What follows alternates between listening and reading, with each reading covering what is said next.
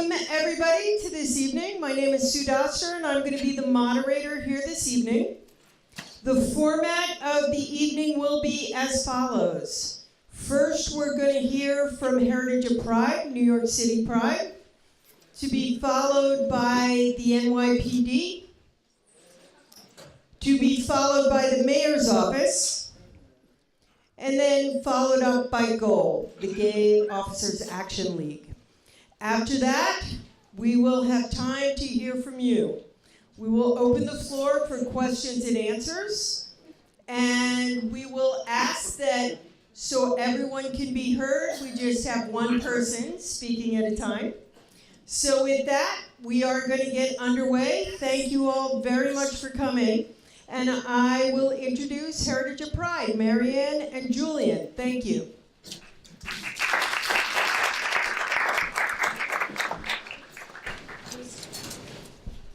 I guess I'll be starting. I thought Julian was kicking it off. Are you kicking it off? Perfect. So I'm Marianne Roberto Fine. I'm one of the co-chairs for Heritage of Pride. And I just wanted to let you know a little bit about who we are. For those who don't know, Heritage of Pride is a nonprofit membership organization. We have about 77 members. We have 15 executive board members, and we employ 10 full-time staff with additional seasonal staff during our busiest time of year.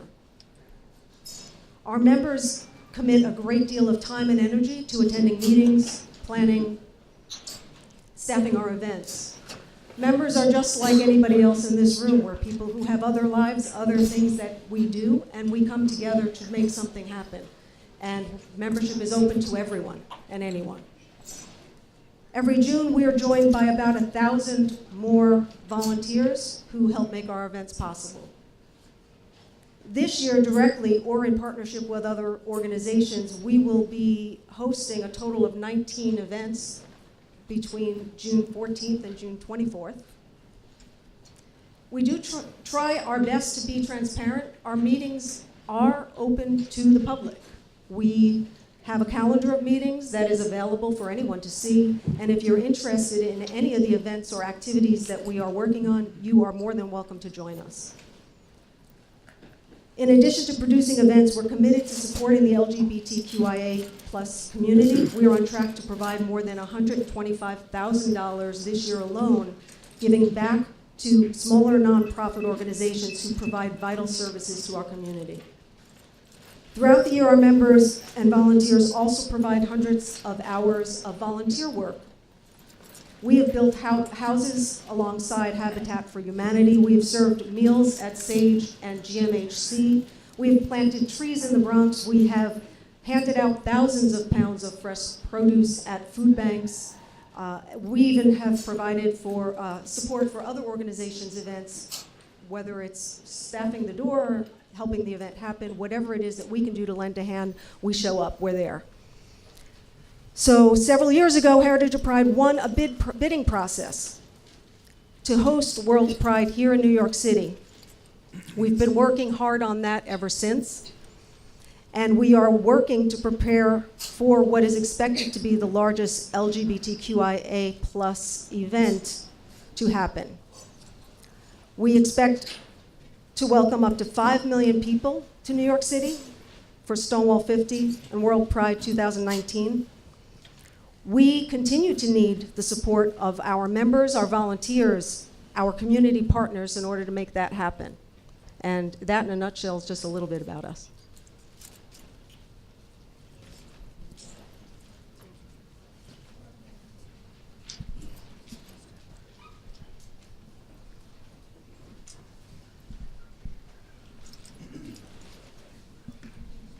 Thanks, Marianne. Hi, everybody. I am Julian. I'm the Pride March Director for New York City Pride. I've got a presentation slide presented, so I'm sorry if you can't really see me, but I'm just going to navigate this while seated from here.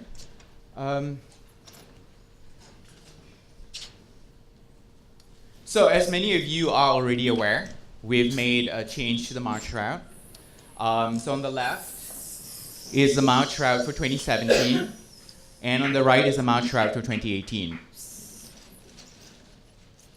So the march route for 2018 we'll be starting at 16th Street and 7th Avenue, and we'll move down the 88, past the 88 seating on 12th Street and 7th Avenue in front of the AIDS Memorial Park.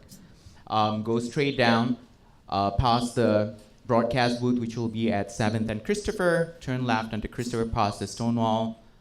Move on straight to West 8th, and turn left onto 5th Avenue, all the way up to Dispersal, which is going to be at 29th Street and 5th Avenue. So that's how the route is going to look this year. So a little bit about the formation area. The formation area is going to be between 15th Street to 19th Street, from 9th Avenue to 7th Avenue. So this is where most of the staging area would be for those groups that will be stepping off. Dispersal area. So the dispersal area this year, as I mentioned earlier, dispersal will be from 29th Street. We've got a larger footprint this year to accommodate the floats, the vehicles, and also the larger vehicles that we have. Over the years, we have seen an increase in all of these vehicles, and we see that we need a larger footprint to accommodate all of this. So between 32nd Street, 29th, 32nd Street, we'll have the dispersal area this year. All right, so I know a lot of you are probably wondering why the change for the route. So these are a few reasons. These are the top 5 reasons. First, this is in preparation for World Pride, which is next year, as you know, 2019, and we are also having Stonewall, 50th anniversary of the Stonewall riots. Number 2, it's the impact on the area itself. And I'm going to talk about each one of this a little later. I've got a slide for each one of this to explain why. Number 3, ease of dispersal and transportation options. Number 4, improving stakeholder experience. And finally, safety. So let's look at the first one, in preparation for World Pride. So NYC Pride, we are marketing pretty heavily. We're marketing at World Pride not only just here in New York State, but we're also heavily marketing all over the United States and parts of Europe. So we are anticipating over about 5 million people. On average, we get about 2.5 million right now. So we anticipate the numbers would actually double next year.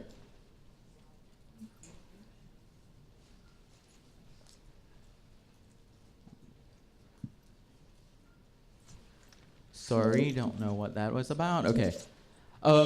So we have also moved, we have a few other events that we organize. We do the Pride Island, we have Pride Fest, these are some of our major events. We've moved those. So Pride Island this year will be at Pier 97, which is near Hell's Kitchen.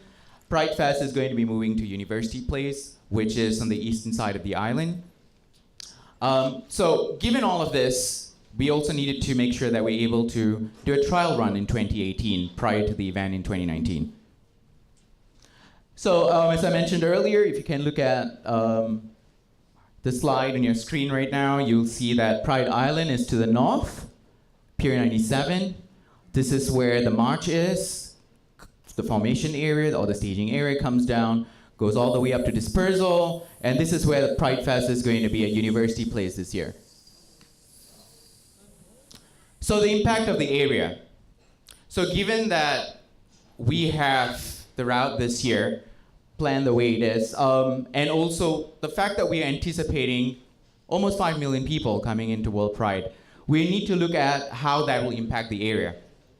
So in 2017, the march followed a longer portion of Christopher Street. As many of you know, that portion, especially after Stonewall, it gets narrower, and it gets narrower as it gets to Greenwich. With a new route, the march will pass along wider avenues, and this will allow for more spectators. And this, of course, would help with the overcrowding of the sidewalks. So if you look at the map at the bottom, the sidewalks are about 7 feet along Christopher. Now, we are looking at about 16 feet in terms of width when you're talking about the avenues, the 7th Avenue as we walk down. So that obviously can accommodate a lot more spectators. In addition to that, if you look at, as I mentioned earlier, as we get closer to Greenwich Avenue in last year's route, The street actually gets a little narrower. It starts at about 28 to 29 feet, and it gets a little narrower to 26 feet. And so that creates a bottleneck. And so that's also a huge challenge. In comparison to the avenue itself, we are looking at almost about 70 feet in width. Then ease of dispersal. So with the newer route and the newer dispersal area, dispersal will be it will be at 5th Avenue between 29th and 32nd Street. From this location, there will be a much larger number of transportation options, and I got a map for that. I'll talk a little bit more about that. This allows for easier crowd dispersal and accessibility to various locations throughout the city. So for dispersal, as many of you know, right now 29th Street to 33rd Street, that's pretty much where the dispersal will be on 5th Avenue. You have a lot more options in terms of transportation. For instance, Grand Central is pretty close by. We have a lot more subway stations, 33rd Street, 28th Street. We've got Penn Station, 33rd Street. And 42nd Street is just not too far from the dispersal area. So there are a lot more transportation options compared to what we had in 2017. In 2017, there are barely any transportation options. You're looking at Christopher Street stop, and it's a little challenging for people to get back if you're coming down, and dispersal was at Greenwich. And PAT, sometimes it's closed, so it's also a huge challenge in terms of transportation. So that was definitely something that we needed to consider. Now, given the fact that we have all of these transportation options in 2019, with the different events in the different parts of the island, it's a lot easier for people to be able to travel to these locations. They'll be able to take the train to get off to get to Pier 97. They can walk down to the Pride Fest. There are a lot of folks who don't want to party in Manhattan either. Let's also keep in mind the different demographics we have to work with. In terms of people of color, there are a lot more people of color who may want to go to Jackson Heights to party. There are people who may want to go to Williamsburg or Hell's Kitchen to party, not just the Village. So that gives them a lot more options, and that will definitely ease the overcrowding in the West Village and be able to help with crowd distribution all around the island. So improving stakeholder experience. Last year, the march took almost 9.5 hours, a little longer than that. It finished at 9:38 p.m. We have a lot of volunteers and vendors who also have to be able to help us run this event. This year, we are looking at about 800 volunteers. We have a lot of float providers. We have AV people helping us out. We have tons of different vendors that we work with to make this event run. A lot of them do show up at 4:30 in the morning, 4:30 or 5 o'clock in the morning. Last year when it finished at 9:38 p.m., we had a lot of them go back home at only about 11 or 12, at midnight. So it was a lot more challenging there. Some of us had to stay on until 1, 2 o'clock in the morning. So it's definitely a huge challenge, and we're trying to reduce that. Also, keep in mind the change of route means there's, a lot of the groups at the end start marching in the dark. And that's a huge challenge. This year, there are a bunch of different groups that I was speaking to who are towards the end of the march who felt a little challenged that they were at the end because they were concerned about marching in the dark. And that's also something that we had to keep in mind. So we hope that we're able to keep all of this in mind and try to cut down the duration of the march to hopefully under 9 hours. That's also why we're introducing a limit to the number of marchers per group. We had to have wristbands so that we're able to monitor that. And also, hopefully, the route will help. So in terms of safety, there are a lot of safety, there are a few more additional safety measures that can be put into place because of the new route. I'm not going to get into that details. NYPD will be able to do that since they're here. Let's talk about how we came about making this decision. Now, we started talking internally because of World Pride. We knew about World Pride a few years ago, and we knew that we'll need to do additional planning given the numbers that we were expecting. So in December 2016, we started internal discussions about how we want to accommodate those numbers. Between December to February, we had a lot of different meetings internally, and our committee meetings are public, and so are our general membership meetings, where a lot of this open discussions were taking place. with those information and with different proposals, we had another discussion with NYPD where, because we had applied for permit through NYPD, we talked about some of these options in August. And between September and December, there was a lot of back and forth between NYPD and a few other agencies and ourselves to develop the final proposal. And on January 22nd, we finalized the route based on a meeting that we all had. There were a lot of different city agencies who were there during this meeting. Where was the community? I'm sorry. I'm going to be presenting this right now. Hold on. We will have a time to hear your feedback. I'm going to ask you to hold questions and comments to the end. We will make sure everyone is heard. One person talking at a time. Let Julian finish his presentation, please. Thanks, sir. All right, so there are a lot of different city agencies that we had to work with, from NYC Parks, Parks and Recreation, SAPO, not just NYPD. So a lot of different, all of these different agencies were involved in making this decision. There were also a couple of community boards that were consulted before we finalized on the route. So that's pretty much my presentation, just to cover some of the reasons why we had to change the route and what was the decision-making process, that how it looked like. I'm just going to pass it next to Sue to introduce the next speaker. Actually, I'm going to hand it over to the NYPD to self-introduce to you guys. We have 4 speakers from the NYPD. And then, as I said, we'll be hearing from the mayor's office and then Goal. Thank you. It's okay. Good evening, everyone. Can you see me or no? Or should I stand up? Is it better? Yeah. All right, thank you. I am Detective Carl Locke. I am the LGBTQ liaison for the police commissioner. I've had this position for not quite a year yet, but I do have 17 years with the NYPD. Before I was with the NYPD, I was a social worker in the city. I worked at the Gay Men's Health Crisis for many years. Then I worked at the David Geffen Center for HIV testing. Before that, and after that, I worked at the Gay Lesbian Anti-Violence Project. I considered myself a social worker, an activist. I never thought I would be a police officer. But my work really at AVP and doing victim service work and interacting with members of GOAL and different members of the police department and a couple cases that we focused on made me realize I felt, for me, I did what I could on the outside. I needed to do something on the inside. I needed to try to join the NYPD, see what it was like, see if they could deal with me as an out gay man. And never did I think 17 years later I would be here, but I am. So in this current position, I have the ability to go around the city, to meet as many people as I can. Many of you, I recognize your faces, whether it's at rallies or protests or different community meetings I've been to. If I haven't met you, I will hopefully get to meet you. I take my job very seriously. I look at the department with a critical eye. I also look at it as someone who's been on the outside, who's ran a police misconduct program for the queer community, and now someone who is on the inside. And I think I have a unique perspective on policing and policing the queer community. I do my best to make the department rise to be the best department that it can. I am proud of the department. I also know there's a lot of better things that they can do. I know policing large events is complicated. We have some people here who are helpfully going to explain some of that complication to you.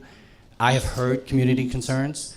Trust me, I've talked to some of you individually, some of you as a group. I've brought those concerns back. I had meetings with the commissioner, with his executive staff. I've tried to explain some of these dynamics in the best way that I could. And I know I don't have all of the answers. So I'm here for every single one of you. You can reach me through email. It's Carl, CARL.Locke, LOCKE at NYPD.org. I have business cards. I want to hear your concerns. I want to hear your complaints. And if there's anything good, I want to hear that too, right? But my job is to help make this department better and to do it from the perspectives that I can. They gave me this job knowing who I am and what I do and how I see the world. And I don't think my bosses are upset they gave me the job yet. So I think I'm doing a good job. So I want you to know that this position is here for you, for the community. I do want to hear your concerns, and part of my mission is I'm supposed to take individual issues or community issues and look at how the department can translate that into policy. And I have done that in the last 11 months. I have made recommendations, and some of them have been listened to. So that's who I am. That's what my role is in the NYPD. If you didn't know who I am, now you do know, and I'm available. You can reach me pretty much anytime, 7 days a week. If it's too late, I get back to you the next day, but that's what I do. So we do have some executives here. We're gonna have the Assistant Chief Pichardo from Chief of Patrol Office, he's gonna speak to you. I have Deputy Chief Gallucci from Counterterrorism, who's gonna be here to speak to you, and Deputy Chief Kehoe from the Borough of Manhattan South. These are 3 areas in the department that are responsible for policing large-scale events, and they have a lot of information, and some of their staff are here to share with you. So I encourage you to take a minute to listen to them, and then I encourage you to ask questions. So thank you for your time. My name is Deputy Chief James Kehoe. I'm the Executive Officer of Patrol Borough Manhattan South, and I'm in charge of special events. And I'm looking forward to hearing your questions. Good evening, everybody. My name is Assistant Chief Fausto Pichardo, and I'm the Executive Officer of the Patrol Services Bureau in the New York City Police Department. And to put that in perspective, the Patrol Services Bureau oversees all 77 police precincts in the whole city of New York. So first, I'd like to say thank you. Thank you for taking the time to come here tonight to hear our thoughts, voice your concern, share ideas, because the paradigm shift in this organization and this agencies is one where we're constantly looking to engage the community to better ourselves as an agency. So with that being said, I will pass the mic off to the Chief Gallucci, and anything that you have, hopefully I'll be able to answer any of your questions. But I'll close my brief few words saying thank you again for affording us as an agency, especially for the Chief Patrol's Office, an opportunity to be here with you this evening. Thank you, Chief. Again, I'm Deputy Chief Joseph Gallucci. I'm the commanding officer of the citywide counterterrorism unit. And basically, my responsibility is to put together the blueprint for the counterterrorism overlay for any large-scale event or mass gathering. And what I can tell you right now, before we take some questions, would be that as of this time, there are no specific threats toward this year's event. But however, the march is taking place amid a heightened global threat environment, and during a period of numerous international and domestic incidents targeting all types of communities, including LGBT. So we're out there to, we're in the process of putting our plan together to keep the event safe, keep the participants safe, keep anyone attending the event safe, and again, take any questions in regards to that.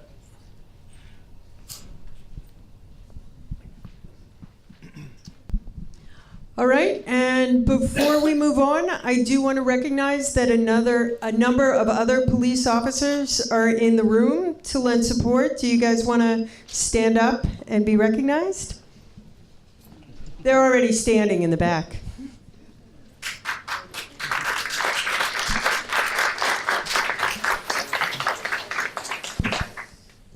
Moving on to the mayor's office. Thank you, Sue. Good evening, everyone. My name's Matthew McMorrow. My pronouns are he, him, his, and I am from the mayor's office. So I want to thank. Sorry. Sorry about that.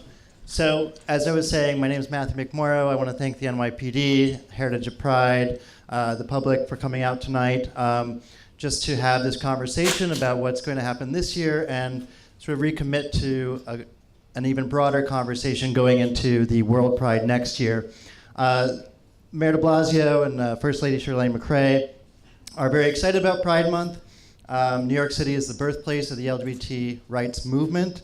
And for some, Pride, Pride is an opportunity to celebrate our identities and to be together. For others, it's a time to recommit ourselves to the struggle for equality and justice. And for many of us, it's really both. And I think there's room for both in this march. We just have to be respectful and mindful of each other's goals. The mayor and the first lady stand with our community both in celebration and in resistance. Now this evening we've heard from the NYPD and HOP about the changes that are going to be made for this year's march. And I know that HOP is looking forward and ahead to World Pride, where we're expecting 2 to 3 million more people. And this year is meant to be a trial run. And some of the changes meant to make the experience enjoyable for everyone. But obviously, it's going to be a work in progress. After this year, we're going to meet together, meet with the community, meet with NYPD, and come up with and identify things that worked and things that didn't work so that we can all work together to make next year an even more successful march for everyone. So I look forward to having any questions you may have about the process and the details. The truth of the matter is we went through a process. We're a few weeks away, and we're open to hearing more about your ideas. Thank you. And now we'll hear from the Gay Officers Action League. Go. Good evening. My name is Brian Downey, and I am the president of the Gay Officers Action League of New York, the first organization for criminal justice and law enforcement LGBTQ people in the city, in the nation, and in the world. 36 years ago, we were founded. This happened after Charlie Cochran, an NYPD sergeant, testified in favor of a New York City gay rights bill in front of a city council in an open hearing in 1981 in November. Shortly after that, Charlie worked with several other people, Sam Chacon being one of the more significant visible ones, and they met in a church basement in the village, not too far away from here, and they founded the organization GOAL in 1982. Now, the original purpose of GOAL was to advocate for the rights of LGBTQ members of the criminal justice profession and assist on issues related to discrimination, harassment, and desperate treatment in the workplace. Our organization has since evolved. We also now provide LGBTQ sensitivity and awareness training for criminal justice practitioners, and we are available to consult with executive staffs on best workplace practices. The final component of the work we do is probably the most complex of all. We try to work to build a bridge between the LGBTQ community and the criminal justice community.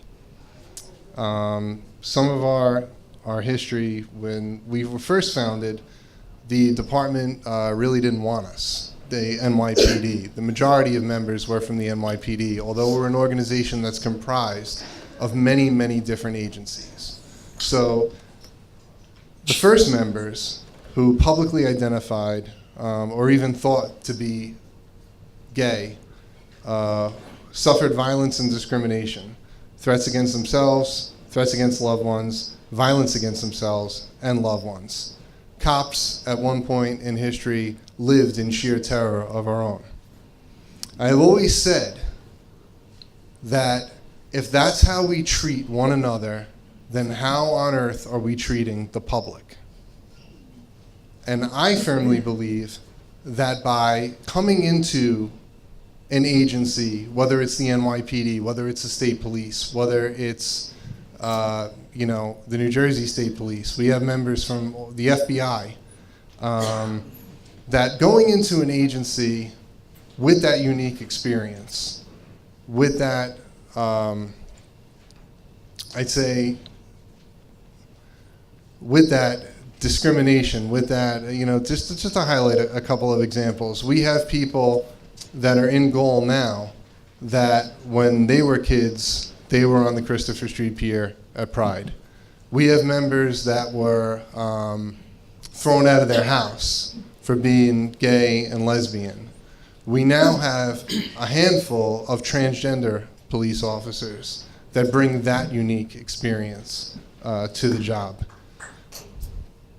So, for over 30 years, we've fought tooth and nail to be recognized as equals. I would say at this point in time, we're tolerated. I don't know whether we're at full acceptance, But we continue to put ourselves out there, continue to put ourselves on the proverbial chopping block inside of these agencies. Some of our accomplishments and things that we've worked on over the years are, well, first of all, we had to sue the NYPD to be recognized. We had to sue to get the same rights and respect that every other organization had. We sued to be able to march in uniform. And not only that, but there are a lot of organizations in the LGBTQ community that were part of that fight, okay? So we couldn't have a pride celebration at headquarters. We couldn't have the ability to do recruitment. We couldn't get department resources. So out of that lawsuit, we gained the same rights that the other groups had. We also were granted the right to do the training that we do with police recruits. We train every NYPD recruit in LGBTQ sensitivity and awareness. We've also worked to train Jersey City recruits. At this point, we've been approached by other nations to conduct sensitivity and awareness training with their police so they can gain access or admission into institutions like the UN or the European Union. Our training has been vetted. It has been presented to the top police brass in Mexico, and we are going to continue pushing forward with that training. It's one of the best things I think we do, and I'm very proud of that work. And the curriculum was actually, the current curriculum that we're using was written by Carl, and he used his social work experience, his experience at AVP, his experience at Gay Men's Health Crisis. So that's a very, very unique perspective. What we do by wearing those uniforms is, we force them to deal with us. Putting that uniform on is showing them that we're here, we're in numbers, we're not going away, and you are going to deal with us. So that's a little bit of our history. And there's a lot of things that I'm sure if we spoke one-on-one, I know I've spoken one-on-one with many of you, I know some of you. There's a lot more that we agree on than we disagree on. And I'm here representing the Gay Officers Action League. I'm not here representing the NYPD. In closing, I'd like to share a quote that was written by Charles Cochran that I think kind of plays true today. And I think there's been some progress, but we're not done. But Charlie said, "I will not stand before you and say that every cop in New York City is free from prejudice. I cannot deny your personal experiences. I'm not asking anyone to deny knowledge culled from personal experience or recorded history, nor am I asking that the past be forgotten. But for our sake, we must cease preoccupation with that which was and view the future as the road of concern." Thank you.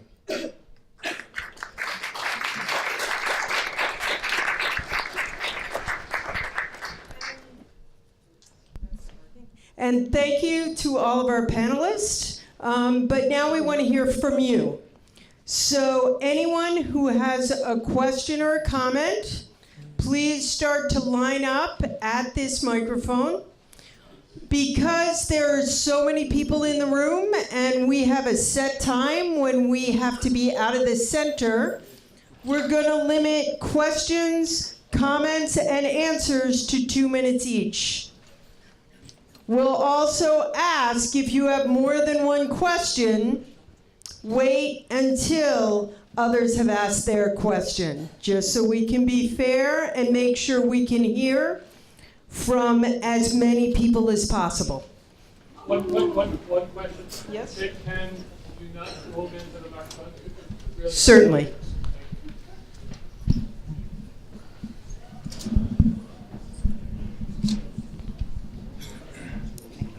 Yes, thank you. Hi, my name is Carol D'Amici. I have been marching for nearly 50 years from the day I came out when I was in my mid-20s. with orange bedsore in Washington, Trump, we are being erased. We are being erased in our own community. We're being dismissed. Our rights are being eroded. If the police still don't accept the police in their midst, do you think they really accept us? No. There's a local Democratic club here where I've been called a fucking dyke by a member of the board, and he also calls the men fucking faggots. So and there's more and more of it because of orange bedsore. And we have always marched on Fifth Avenue, and I'll be damned that we're not going to do it. And we should be marching all the way up or all the way down Fifth Avenue. Past St. Patrick's, we should be marching. Not hiding. I'm sorry, when I came out, I didn't hide. And I lost family, friends, a lot of things, because when I came out, it wasn't popular to be a lesbian, wasn't popular to be a gay man. And when this man came out, when the founder of Goal came out, what he had to do with the police department. I mean, I could go on and on, but I only have a couple of minutes. I have a question, though. 57th Street is where you're having the Pride, whatever you're having there, right? At the river? 57th Street, correct? Pier 97, yes. I'm sorry? It's Pier 97. And it's at 57th Yes. Street. Well, I live there in the Pyramid, that big building that's shaped like a pyramid.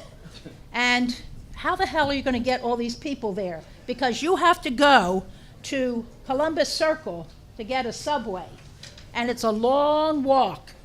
Or there are 2 buses that come up there, but you got to go uptown to get those buses, or wait for the 12 that only runs every half hour, and on the weekends it's not running every half hour. So that's a big problem. Anyway, I'm going to stop now and let other people talk. Thank you.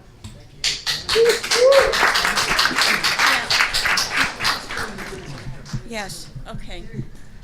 My name is Sherry Clemens, and my concern is HOP has not consulted with the rest of the community. Having a group where people come in and volunteer is not reaching out to stakeholders. We're all stakeholders, and I know you work hard. I've worked on HOP years before, and I understand going in early and coming out late and all of that.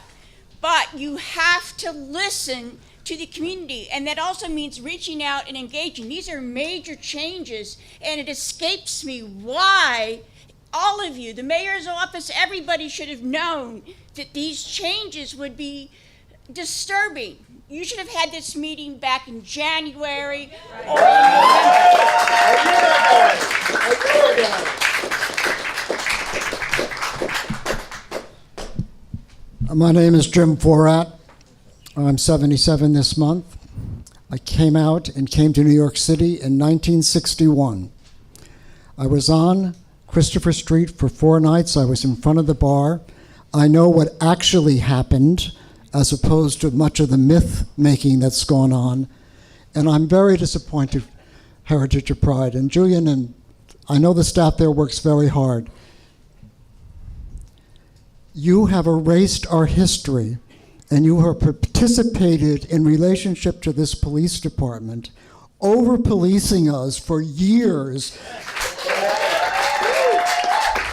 sometimes with the help of elected officials that came from this community, and I'm talking about Christine Quinn. This plan is terrible. And I have a lot of respect for what you do. The Gay Liberation Front was born on the 3rd night of the Stonewall Rebellion. We have been marching in the recent years with intergenerational group. And we will march again this year because we will not be erased from history. This movement was born in resistance and multi-issue politics. To the Goal people, I remember when you started. I remember that it was a learning curve for me to understand why gay and lesbian people would want to be cops. But I did. And I supported the right of someone to do that. But you are not playing the role that you should be playing in this. You should be with us and resisting this control. 2 minutes is not enough time. I have a long legacy. I'm going to stop now, but this is not the way you do it with the community. Hi, so my name is Mary Ellen Novak. My pronouns are she, her. So you had mentioned as far as reaching out to the community, or there was some note about that in your slide, and a few of us don't know that. We didn't know that that happened. It's questionable. So now, since this is going to be a, quote, trial run for next year, I really think, and maybe everybody would agree with me, that we are going to be invited, we meaning the LGBTQAI population, to your debriefing meetings so that we can understand what you appreciated, what went wrong, all of those things. So you will invite us. Now, specifically, the ones that I could mention, and I'm sure others will also come forward and let you know, but are Rise and Resist, Reclaim Pride, and Gays Against Guns. So those populations will be attending your debriefing meetings as far as what you learned during this trial run. Before you leave, if you can give a tentative schedule as far as when that meeting is planned. And then also, what is the date when the 2019 permit discussions will begin? It looked, again, from one of those slides, maybe I didn't see it right, but that actually your discussions with the NYPD started back in the summer sometime. So you will invite the LGBTQAI population, not corporate representatives. So that's all I had to say.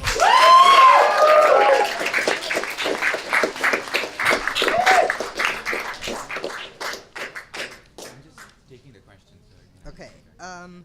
Hi, you talked about safety. I want to know why Pride continues to have barricades when up until the mid-90s, Pride did not have barricades. And barricades are safety risks. People trip over them. People can't leave the sidewalk. I want to know why barricades continue to be happening when there are other events that happen in the city that don't have barricades. There are examples. Around the world. Yeah, they're locked barricades. They're not like soft wooden ones where people can move and get out safely if they need to. And there are examples of worldwide events that happen that don't have barricades, such as Carnival in Brazil and other things around the world that don't have barricades and nothing happens there. So why do we have barricades and why are we being locked into cages? That's my question. I'll answer that. Good evening. Thank you for having us here. In Manhattan South, we probably do hundreds and hundreds of events, whether they're demonstrations, pro or con, immigration rallies, anti-Trump rallies. We do 30 major events, and I consider Pride being in the top 4 with 4th of July, New Year's Eve, as well as the Thanksgiving Day Parade, where we see well over 2 million people, and the detail goes on for hours. We use barricades. It's a balancing act between members of the community that are living in the community, businesses in the community, tourists in the community, participants in a parade or a march, as well as spectators. We've used them for the Israeli Day Parade, for the St. Patrick's Day Parade. We use it, and it works for us. We haven't had any issues as far as major injuries. It keeps kind of like the pedestrian crossings. It keeps the flow of the parade or the march moving, and it aids us in policing safely large-scale events. I'm Jay. I use he, him pronouns. I'm here to talk a little bit about the issues concerning race and policing in this city.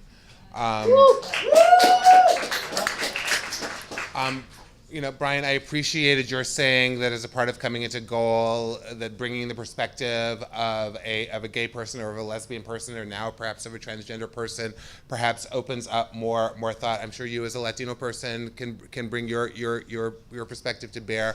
But the issues that we're seeing in this city around the policing of black bodies directly impact on Pride, directly impact on the way that black people in New York City feel welcome or unwelcome at Pride. The fact that I belong to several activist organizations And as you well as Brian and you and Carl both know, you come out, you're there with the police at our actions. Arrests are incredibly uncommon at Rise and Resist actions and Gays Against Guns actions. They are incredibly common at Black Lives Matter actions when the people that are being arrested have not committed a single violent act or done anything in violation of anything. Hog Newsom was held for 24 hours the last time he was arrested. So this is an issue, and I'm bringing all that up. I have some lovely little handouts for you prepared by a law enforcement agency, namely the FBI. This report came out in 2006. It details the infiltration of law enforcement across this country by white supremacist organizations. I would like to hear at some point for the NYPD to say something publicly about this report. To my knowledge, the NYPD has never done anything to ferret these white supremacists out of the NYPD. And there have been people with major complaints, like Officer Pantaleo, that had complaints for years before he killed in Staten Island. So I'm going to give these to you guys.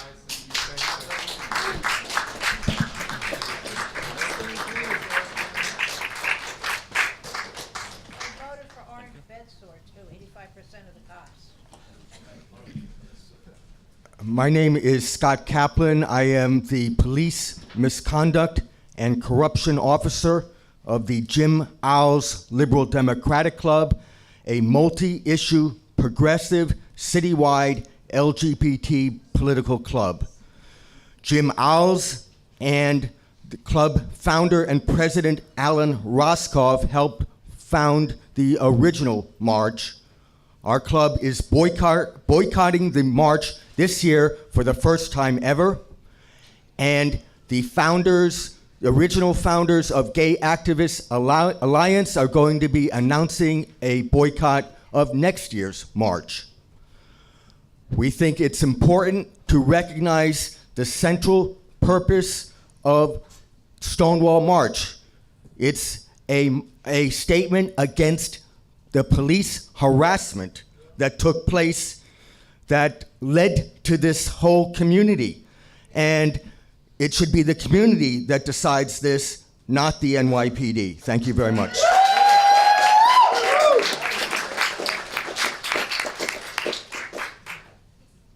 Hi, I'm Mark Milano. I don't know where to begin. I have so many problems with so many people on this panel. All right, goal. So I'm really happy that you have an employee association, but our question is, what have you done for us lately, right? What have you done for the gay and lesbian people of New York? Sensitivity training, I don't know if we see any increased sensitivity among New York City cops. I was a white guy in Chicago who never had a problem with the cops. I came to New York and I joined ACT UP. And I've been in so many protests, and I've been treated like shit by New York City cops for 30 years. You guys beat us, you pepper spray us, you do everything imaginable to people who are engaging in nonviolent protests. So you may say you're a gay man, you're a cop to me, and I don't want you marching in uniform in my parade until I see an apology from the NYPD, not only for Stonewall, but for 100 years of abuse of queer people and people of color. When you start changing the way you treat us, then maybe we'll be proud to have you in our parade. But until that point, I have no pride in seeing gay cops in the parade. For HOP, I think I have the biggest problem with you because you have rolled over for everything that the cops have asked for, right? They want to shorten the parade, you say yes. They want to change the rug, you say yes. They want us and the Puerto Ricans to wear wristbands, you say yes. They want barricades. I just spent the day at the Filipino parade last Sunday. There was open access at every single intersection to that parade. So why can't we do that? You are separating us from the march.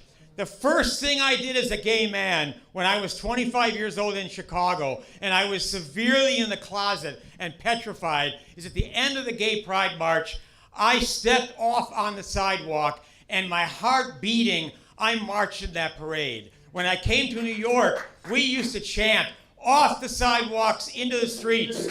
We can no longer do that because you're separating us. This is our parade. It's not your parade, and we are fucking sick and tired of you controlling it to death and letting corporate America take it over. Stop it.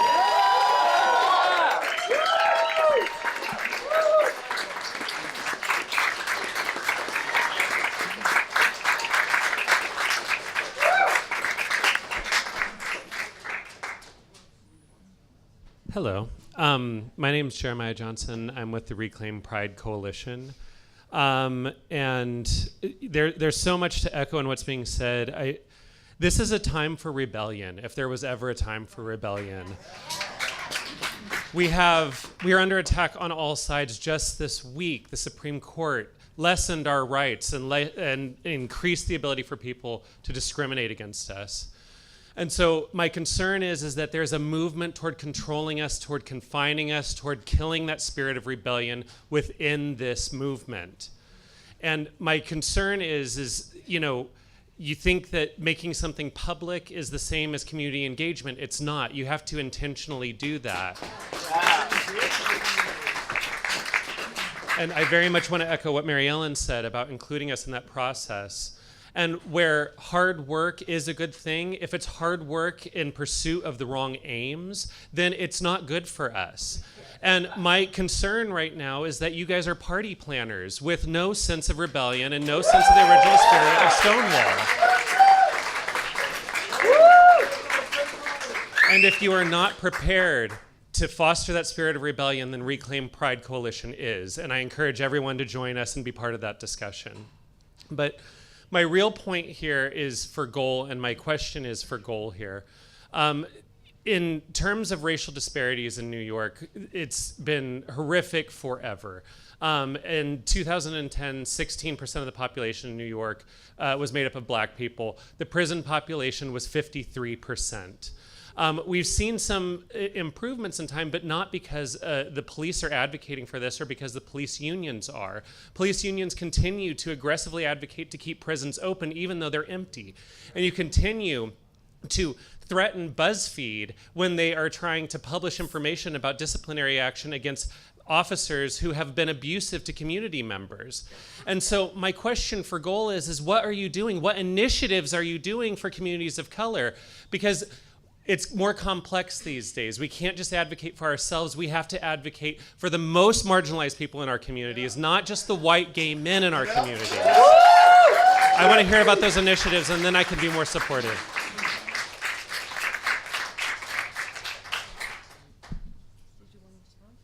I'm going to respond at the end, if that's all right. Sure.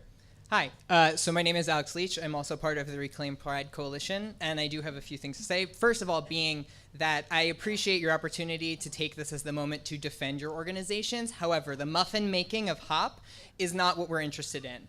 The interests of being able to do sensitivity training for the NYPD is phenomenal, and I appreciate that effort. However, there are obvious and continuous problems about the way that you engage with the community, and to echo as Jeremiah just said, making something public as different than seeking out the voices of the community of people that you are meant to be representing is tangible and obviously substantive in terms of the room full of people that have showed up tonight. So, as we continue to go forward for World Pride that will be happening next year as the 50th anniversary of, as Jim said, the Stonewall Rebellion against the police abuse of the LGBTQ community, there absolutely needs to be a formal apology from the NYPD. There absolutely needs to be a formalized apology and acknowledgement from the Office of the Mayor. There absolutely needs to be the inclusion of the activist LGBTQ community in further planning as it goes forward, and HOP as organized may need to be reorganized with a community chair who is actually responsible for seeking out the voices and input of the community that you are meant to represent. Secondly, the slide that would show the accessibility of public transit, that is a map with lines on it and statements about, and it's easy enough to walk from here to there, is one of the worst representations of like marginalization of the disabled community I have seen in years. Saying simply because you're in Midtown and that there is more transit available does not make it accessible. One of the first things I noticed tonight in being here at 6 o'clock to reserve a seat was incredibly emblematic of this process, which was a disabled person coming to the front to be able to have access to the microphone at their ease. And because HOP had neglected to reserve the seats in the front to keep for the support officers that they would like to have to show the brass that they have support, you were asking this woman to move from her chair in order to make it accessible to them. The disabled community did not have accessible, easily available seats reserved for them, but you tried to displace them to be able to instead put in supporters of the police who are not under threat here tonight, as much as they might feel that way. Thank you very much.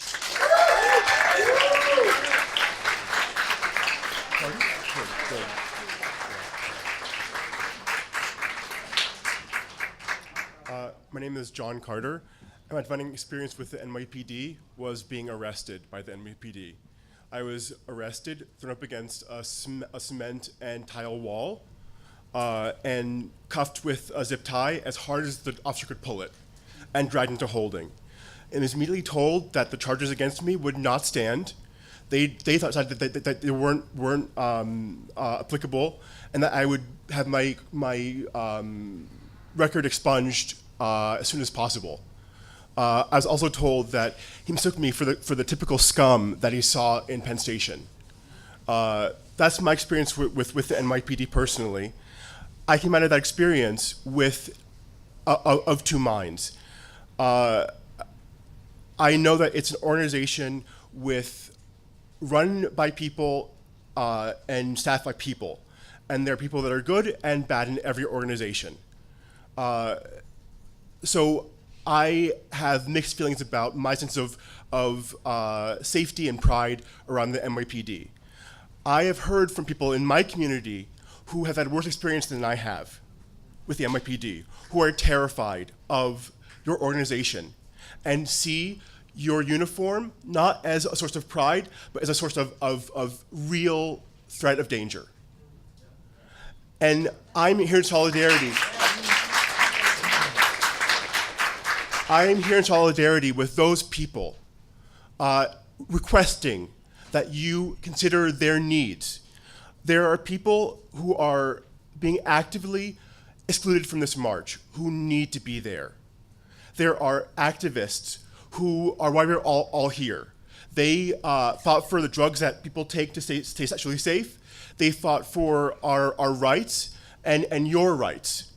And because of abuse they experienced throughout their careers as activists, they're terrified of your uniform.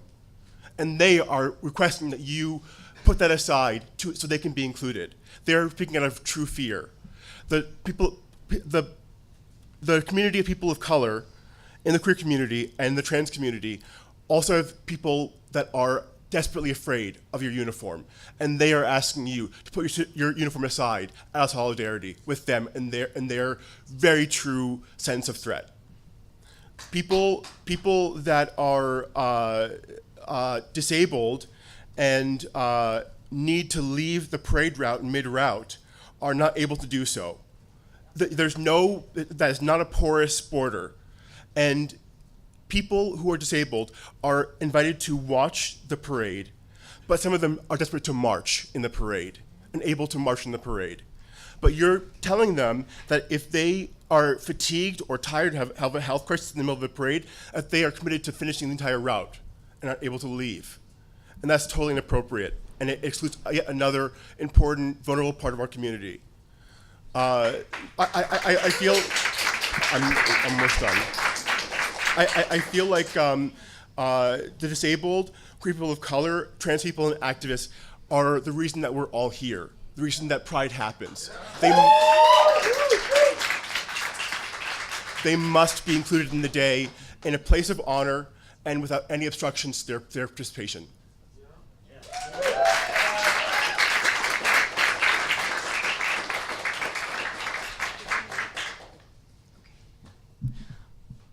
Hi, I'm Ashton Giese with Outright Action International, and I deal with folks around the world who would love to be in a room right now where they're in front of police speaking their mind.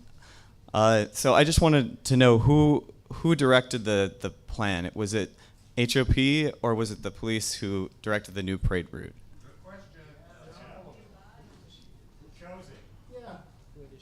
We'll answer this after.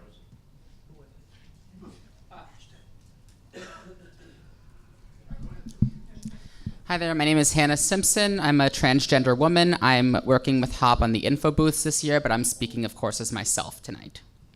So I just want to say, first of all, that I was not alive during Stonewall, and maybe that gives me, as you probably guessed, that gives me a different perspective on some of these things. And what I can say is that I've interacted with the NYPD on many levels myself, including sitting in on a hate crimes investigation, supporting a trans woman of color friend of mine.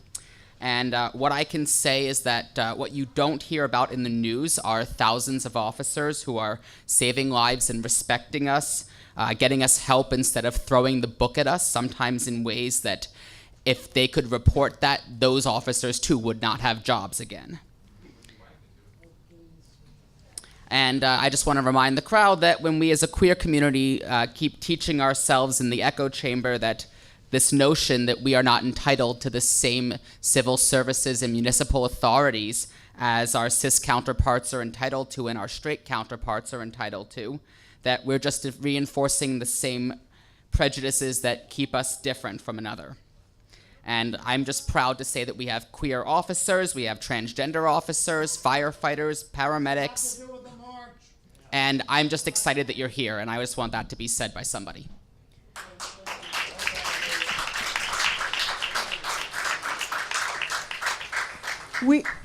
We have a long group of people that are speaking. Please refrain from interrupting the speakers. Thank you. Okay, I'm Natalie James, and I'm with the Reclaim Pride. I'm Natalie James. I'm with Reclaim Pride Coalition, as well as with the Democratic Socialists of America. I have an ask directly to Goal. I'm asking you to follow up on some of the comments, and I'm sure moving accounts of systemic racism enacted by the police here in New York. I'm asking you to follow the lead of the Minneapolis Goal and march without your uniform.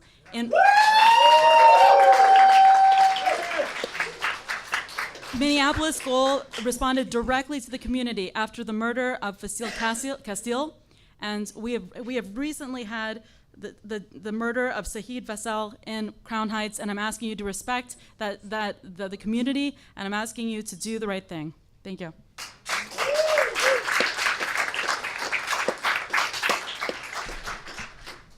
Hi, my name is Jake Tolan, he, him. I guess I am probably the catalyst for the Reclaim Pride Coalition, so sorry about it.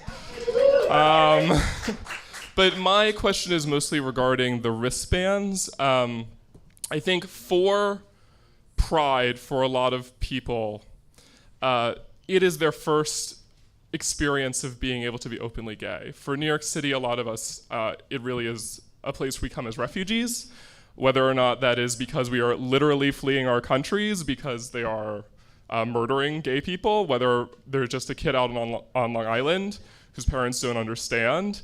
I grew up in central Pennsylvania where people tried to run me off the road, where I was sexually assaulted in high school and my principal made me apologize for it. And then I came to New York City as actually my first Pride Parade, and it was amazing. And I didn't know anybody, I just wanted to march, and I was able to. And when we put these restrictions on the wristbands, what we say is all those kids who are fleeing their homes on Long Island to just try and figure it out, all those people who are new to the country and are trying to find an LGBT community, we say, you can only participate passively. You're not actually allowed to show your pride. You get to watch, and that's your participation. And I don't think that as a community, that is full participation. I think it does us a disservice. And so what I would like to know is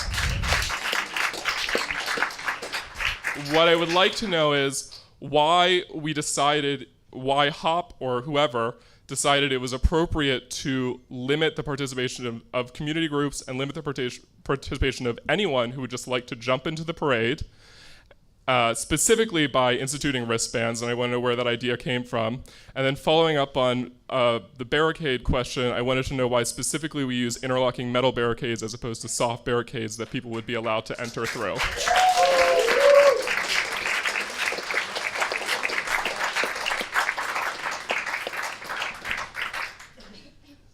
My name is Bill Monahan. I marched in my first parade in 1971, and I was scared. I wanted as much an anonymity as possible. I wanted to be left alone and to enjoy the day with other queer people. I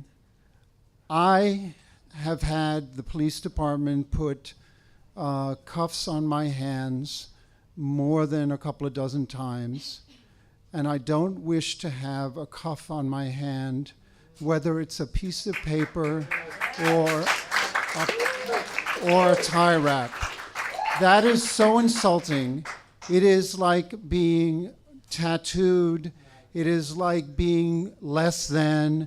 It is like being told you are somewhat special, you're a part, you're still the other, you're not worthy.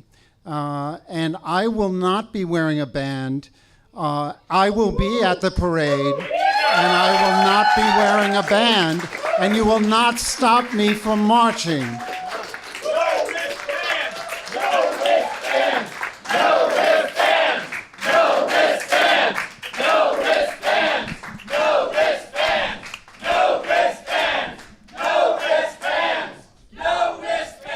There are a number of people from your own community who are lined up to speak. Please be respectful. Questions have been asked. We want to have time to answer those questions.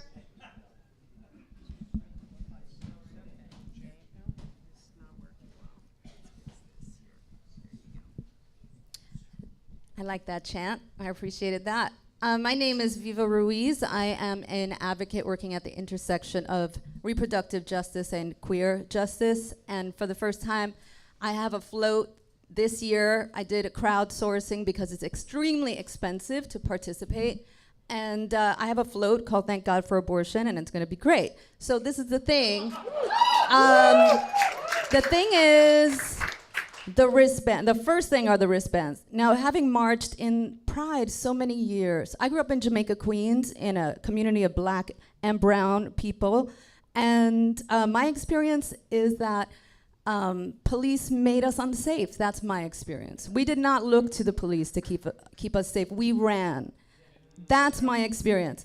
And when I heard about the wristbands, also in the last few years, since 9/11, you can see all the parades, all the protests be more and more policed. The Women's March a few months ago was you sat for hours and you marched 2 blocks. So this is part of a greater problem of squashing dissent, of standing on us. This is part of that. So the last few years, it's been so violent already. To see what happens to the kids that want to hang out on the piers. We used to be able to march to the piers and celebrate on the piers, where this movement started. So that ended, and it ended in a very violent way already. When I saw this wristband thing, here's what I said. You created a flashpoint. You created a flashpoint, a point of conflict. Another one. We didn't need more. It's already there. Now, for this year, for the first time, who's going to enforce the wristbands? People with guns. People with guns are going to enforce this. And so I'm going to ask you, my ask is, do away with that. Just rescind that, rethink it. Don't do it. Don't do it. Just don't do it.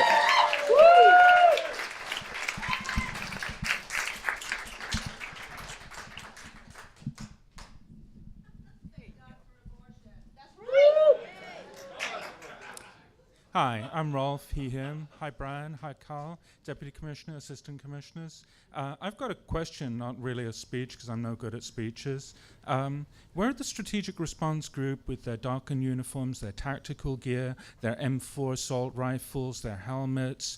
Are they going to be on, like, 21st Street again, trying to threaten us as a group? Or, you know, just so we know where to send the photographers and the legal observers.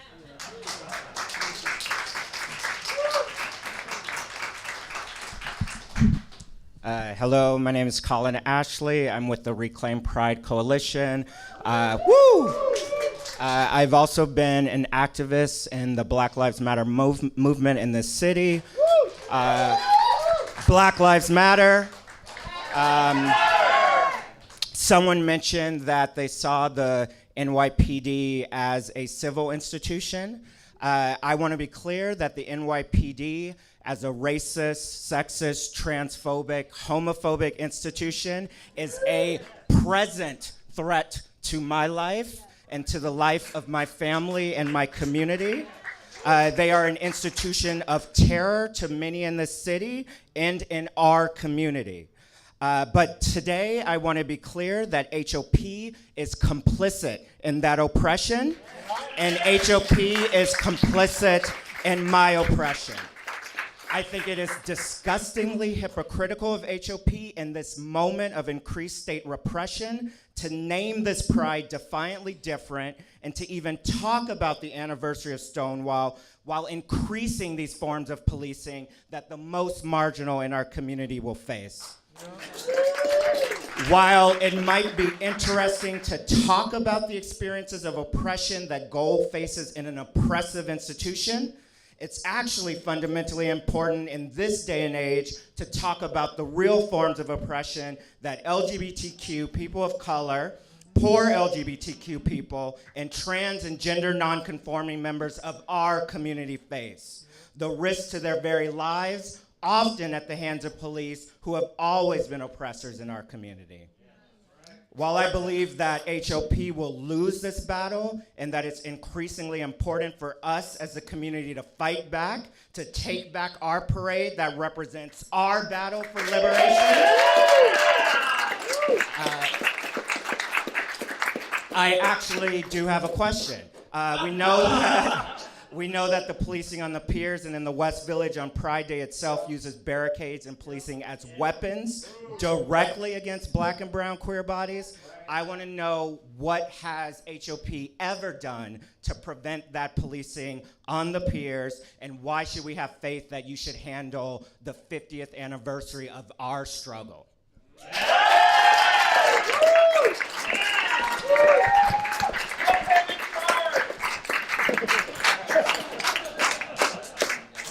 Thomas Blewett with ACT UP New York, founder of Queer Nation, Pink Panthers, one of the founders back then. Segue to now. A few years ago, down in the village where I used to live on 10th and Washington and had to move to raised rents, in which now the penthouse sold for $34 million this year. The village was a place to come together. The subways are somewhat close, right? 6th Avenue right there. It's a very gay pride associated subway stop. But a few years ago, when I was seeing the lights on the Hudson River look at everybody taking romantic walks after the parade where everybody would funnel down to, there were police boats with bright lights shining on everyone, and I took videos because it was kind of fun. But they came up and they were flashing everybody, and that I just figured was just part of security post 9/11 especially. However, little did I know that was the last time we would ever be able to walk to the Hudson River. We would be able to go anywhere near the West Side Highway, and that all the plans of the very, very, very, very rich in the West Village seem possibly to be taking over in terms of what comes first to give both the NYPD and HOP directives. And that's what my concern is, where all this might have been coming from in the first place. And there's a certain fact that when I came down to Greenwich Street, to Jane Street, to all the streets that have been were home for so long and still are, I'm a native New Yorker, you couldn't walk because you trip on all the barricades, but you couldn't even get to your friend over on the sidewalk. There was no ability to be together anymore, to not trip together anymore, and the only place to sit was on stoops. Oh, and gee, what a surprise, that causes trouble. So in the area of the nonviolent conflict resolution here, let's not cause the conditions that cause problems. And also, finally, this officer, commander over here, you've, since Occupy Wall Street, done pickoffs. Everything might be going wonderfully, and then you and a team will, on Twitter or other social media now especially, pick people off. You know, and I get that you're doing your job, but we're doing ours too. But you need to do your job better, like some of you are here to improve.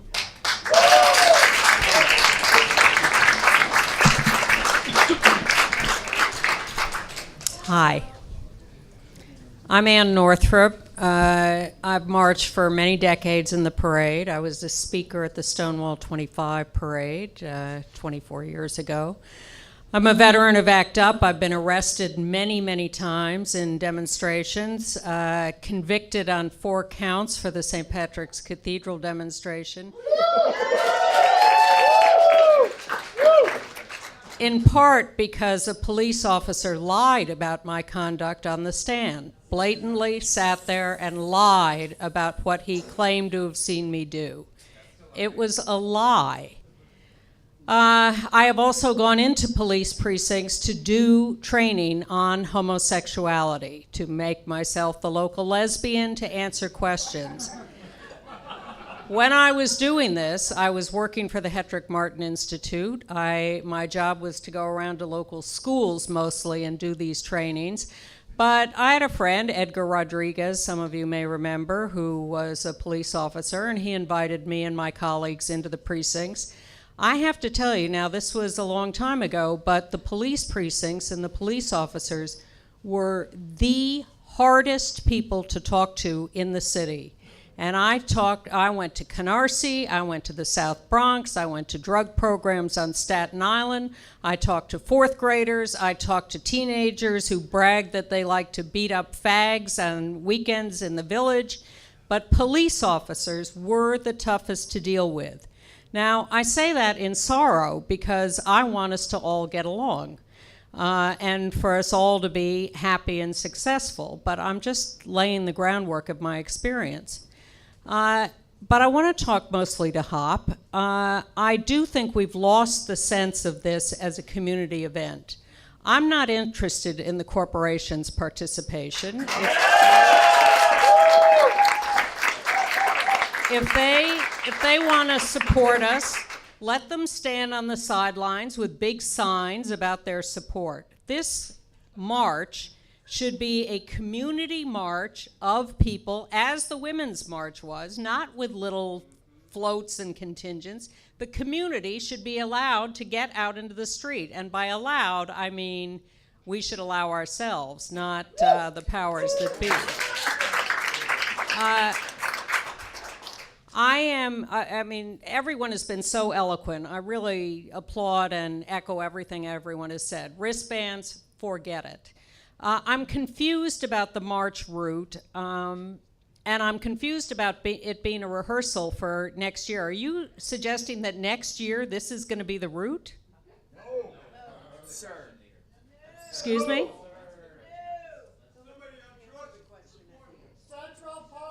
Central Park, definitely. Let's remember that in 1994, we marched uptown on 5th Avenue and 1st Avenue and filled both those streets to Central Park and had a huge rally there. We're certainly not going to do this on whatever little diddly route you've laid out for this year. So I'm out of the bars, off the sidewalks, into the streets. Everybody welcome. Forget control, forget corporations, forget wristbands. Let's just all get out there.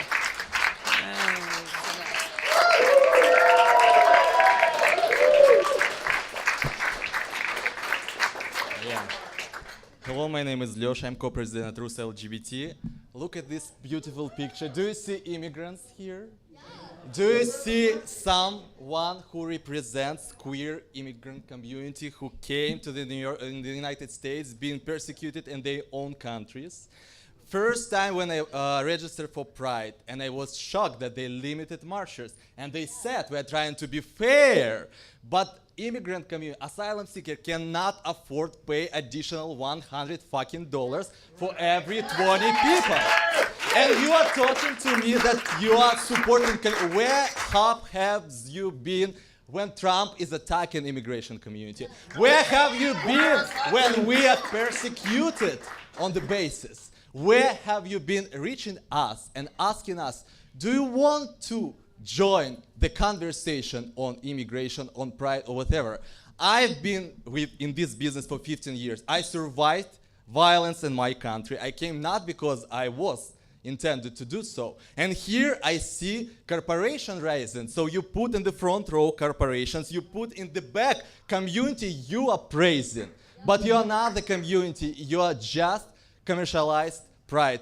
And that's why my personal belief, in the future, you have to rename yourself. You are not New York City Pride. You're Manhattan Pride, you're corporate pride, and I believe that we have to put together and resist. And Rus LGBT has joined resistance contingent, and from the next year, we are not going to participate in this hoax.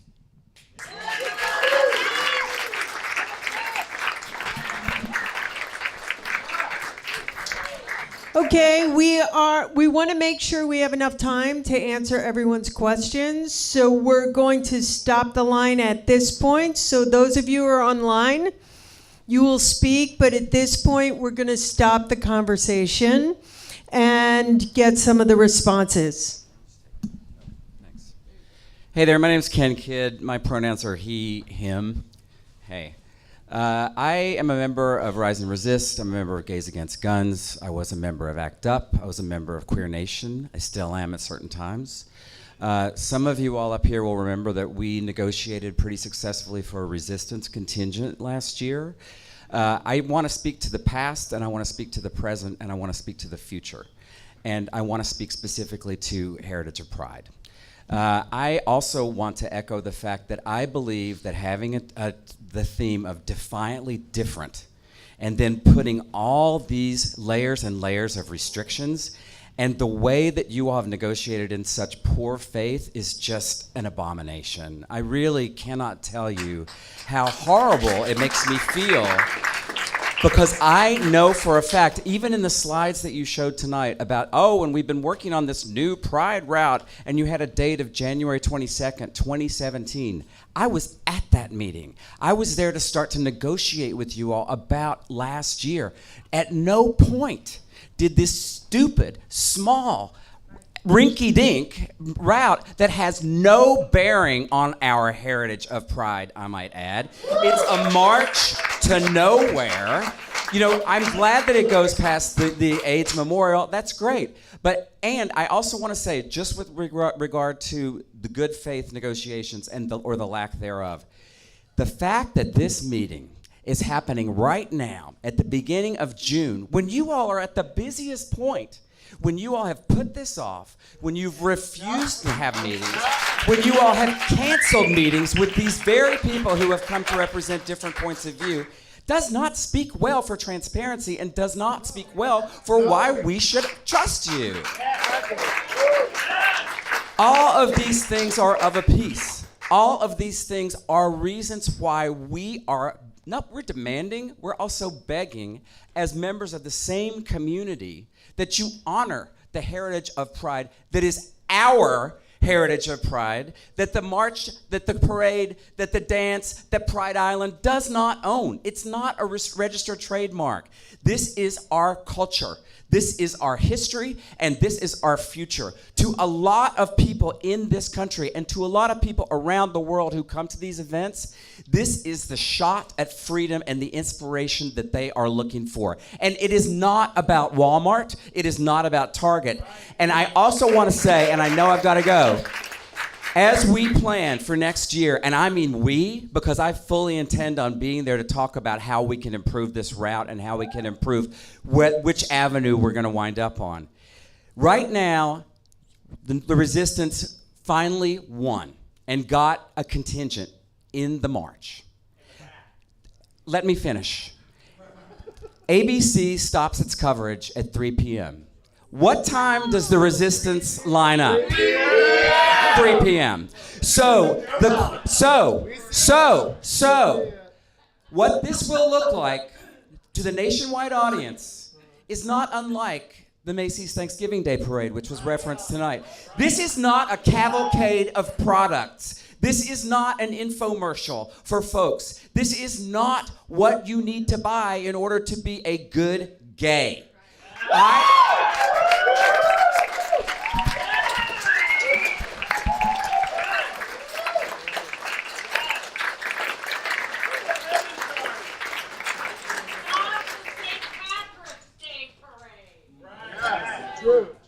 Hi, my name is Bella. My pronouns are she and her. And I super recently joined up with Reclaim Pride Coalition. I don't know if I could claim I'm with them, but they're awesome. So my point is, for a long time, ever since I've come out, I've been going to this parade. And one thing I've always noticed when I go with my trans friends of colors is like whenever uniformed police go by, they freeze up. It's a community they're usually very afraid of. I was born here. I'm a Bronx native. I was born to refugee parents from the Soviet Union. And the one thing I found even when I was in school upstate was that I was the president of the LGBT group on campus. I had also trans friends of color come up to me afraid to come out about sexual assaults done on them because they were so scared of interacting with police officers. So I guess my question is, I believe you yourself said something to the effect of other cops tolerate us. It's not a full acceptance, not yet.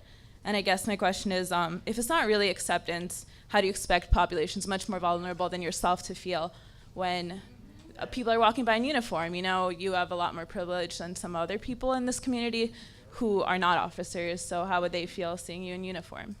Thank you.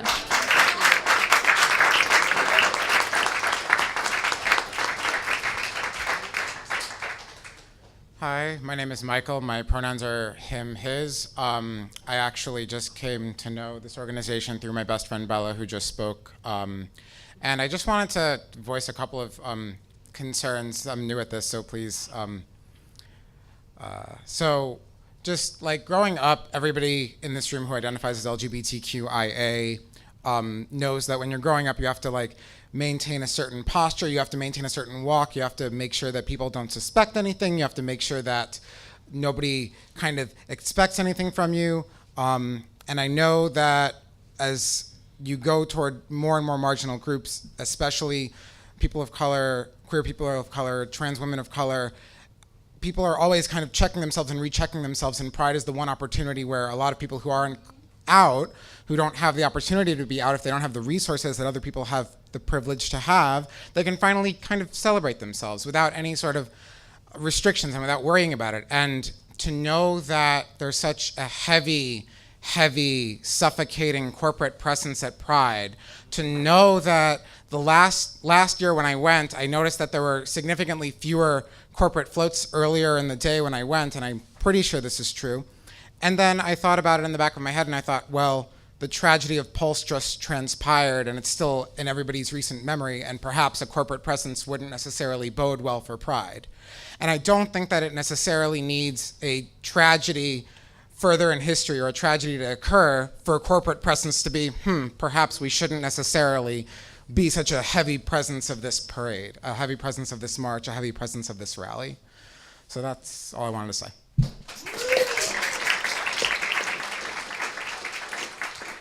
Hi, my name is Michael Bullock, and I also want to speak to the corporate presence in Pride. I started to come to Pride in 2000, and I never really identified with what the Pride Parade had become at that point, and I'm still confused about what it is now.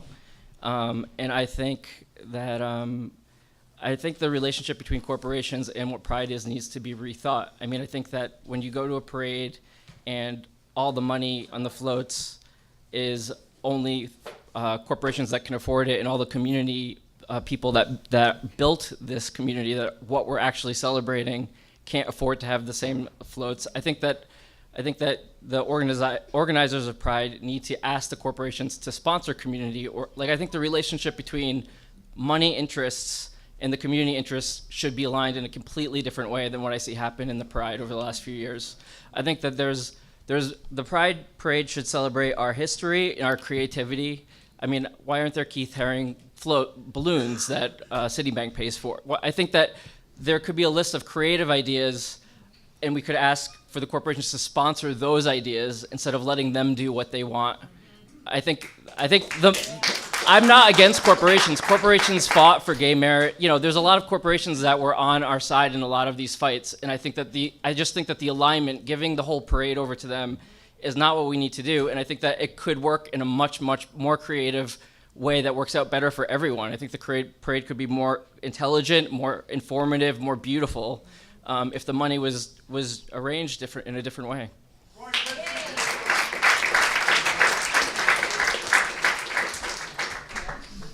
Hello, everyone. My name is Priya Nair. I use they, them, and also she, her pronouns, and I am the LGBT liaison for the speaker, Corey Johnson. And he did want to express his frustration. He wanted to be here, but he is stuck in budget negotiations. And he does feel very upset about the route, and did talk to Heritage of Pride about the route, and I think everyone is committed to looking at the route for next year and making sure that the community is more involved from the beginning of that process. And I'm taking very diligent notes in the back, and you're welcome to come talk to me. I'm in a green tie, and I'm also, a queer and trans person of color, and I'm so sorry that, everyone has not been heard in this process. And thank you all for being here.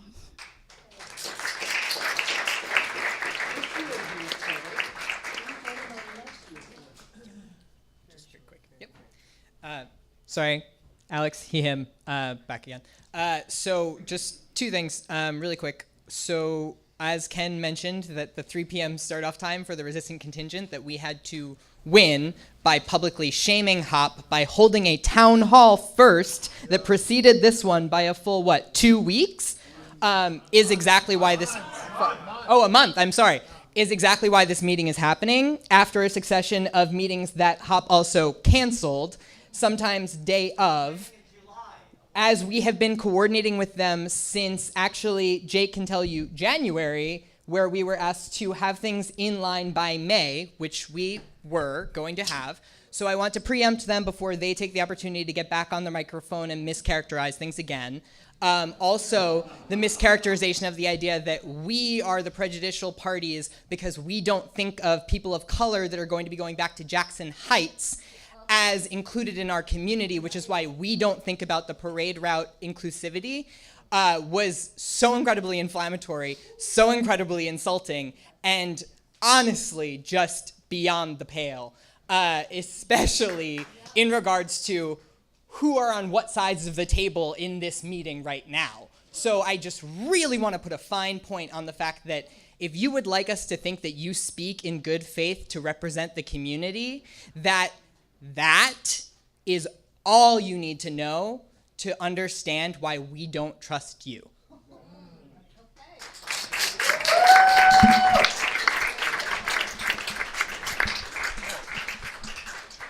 All right, now a number of questions have come up during this process. We're now going to answer your questions, and for that, I'm going to hand it over to Julian, who has been taking notes to make sure we get to everything.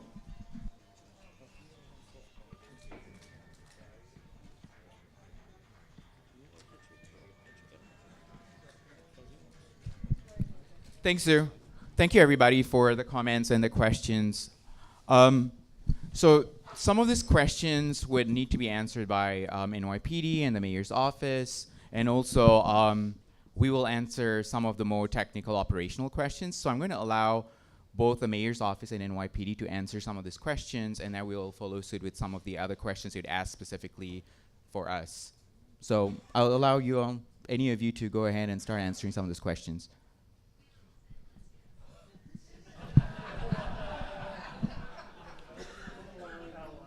No, there were a lot of questions, but the one thing that stood out for me, and I've had in conversations internally in the NYPD and with Heritage of Pride, was the question about people who are disabled and being able to leave during the parade route. And it's my understanding, and I have people who can correct me if I'm wrong, at any intersection, if you want to leave the parade, you can. The problem is when you leave, you might not be able to come back. I'm sorry, excuse me. I'm sorry. I have a request. We heard all of your questions. We heard all of your comments. Listen, I understand how you may feel about that, but allow them to speak. Please allow them to speak, because otherwise we have until 9 o'clock. So please allow them to answer. Thank you very much. Good evening. We designate on any event that we do in Patrol Borough Manhattan South, especially to this scale. It's not every intersection that we allow people to cross. We do designate areas, as in this parade, the march. We designate the AIDS Memorial as an ADA location. As far as people crossing the street, we try to access certain streets for crossing, and that really just aids in the flow of the march.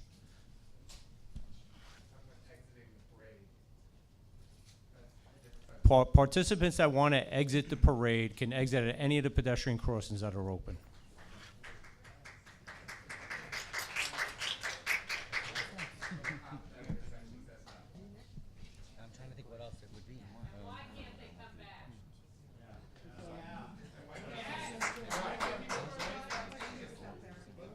I answered that already. Did we say anything about the metal plate? Sorry, just give us a few minutes. I'm passing the questions over to them. I took some notes. Yeah. You go ahead and answer those. No, it's not that. I'm looking at my notes. I can't look at somebody else's notes. I have to look at the notes I took. So there was a question about the parade route, right, and how the parade route came about. I took my position in July 6th of 2017, and when I took that position, shortly after, there were discussions that happened between city agencies, city transportation, the NYPD, Heritage of Pride. I was invited to some of those meetings, and correct me if I'm wrong, but during those discussions, there were 3 different parade routes that were presented to the NYPD to look at and come back with feedback to Heritage of Pride. And out of those 3, there was this one that was finally said would probably work best, and that's how that came about. If I can just add on, actually there were 6. So just so that everyone is aware in the room, this route was not one of our initial proposals. Can I answer the question? So there are a few different proposals that we came up with based on our discussions with the community, based on the committees that we had, and we had a couple of those meetings all year long. We asked for feedback. We came out with different proposals, and we put together those proposals and we submitted them to NYPD. So we asked for their feedback. They recommended this because of specific reasons, and those reasons I'd also shared with you. So after a lot of different discussions with different city agencies, not just NYPD, we all landed on trying this out. Some of the CB, there were a couple of CBs that were invited. The mayor's office was there. There are a lot of different agencies that were also there. So anyone else from NYPD can also speak to that, or even Matt from mayor's office can speak to that because you were there during the meeting. But this is what happened. So I just wanted to be very clear about the proposals.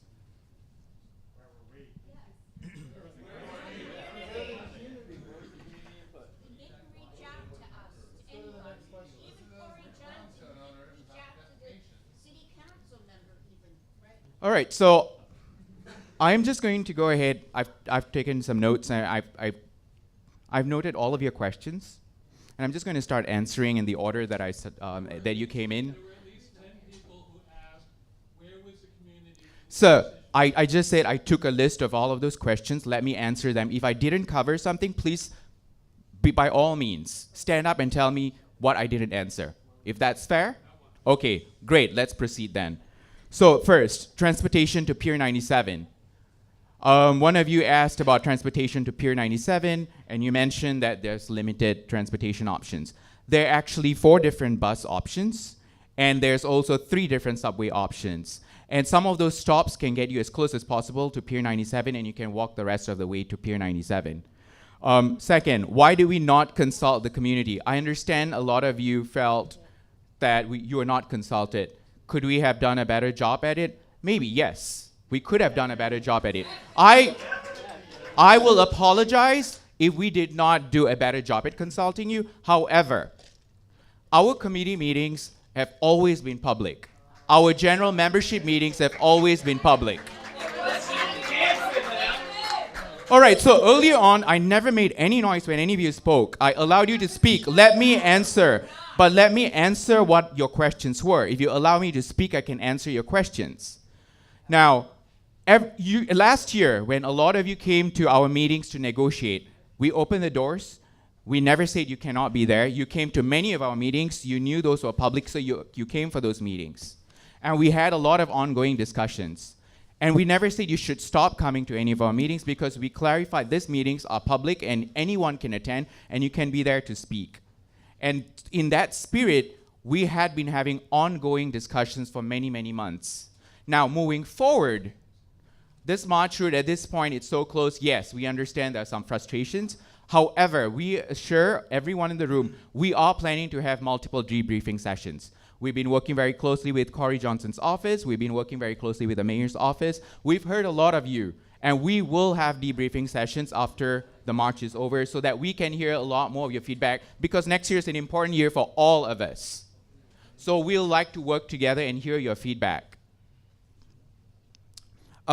Next, one of you commented on the seats at the front for NYPD. I just want to highlight, some of them here will be answering certain questions, and that was a reason why we wanted to make sure it was easy for them to just grab the microphone and speak. I did apologize if she felt offended that I asked if she could move to the other side, but I still wanted her to be at the front. But if you wanted to sit there, that's fine. But I also wanted to make sure that there was some space between community members and NYPD, and they were all not sitting. That was also an intention. I'm sorry that was taken the wrong way. Wristbands and limitation of participation of marchers. Why can we do away with this? So I think I explained earlier, our march last year it ended at 9:38 p.m. I understand it may not be a concern to you. I understand it may not be a concern to you. I'm sorry, so let me try and answer this question. I understand a lot of you are concerned that this was very late. Okay, we're gonna ask you guys to be quiet. Let Julian get through it. There's a lot of people are emotionally invested. A lot of people feel very strongly. Take a deep breath. Let them get through the presentation just as they sat and let you get through your questions. I don't know that we're going to solve everything here tonight, but if we can't be heard, we won't get any closer. No wristbands, Julian. The whole room shouted out at you. Address that answer. I am answering that question right now before I was interrupted. So let me continue to answer that question. So the wristbands and limitation of participation. One of the reasons this came about was because the march has gone on for very long. Last year we finished at 9:38 p.m. The year before we finished at 8:30. The year before that we finished at 8 o'clock. I understand we could start early, but there's a lot of preparation that we need to do. We arrive at 4:30 to start setting things up. There are a lot of groups, there are a lot of vehicles that we need to consider and floats. This year we have about 460 groups. And at this point we have 43,000 marches. So there are a lot of preparation that goes into before we even step off. We also need to make sure that we have broadcast prepared. So there are a lot of things that goes into a lot of this consideration. Now, let's also keep in mind next year is a big year. We don't know how long the march is going to be.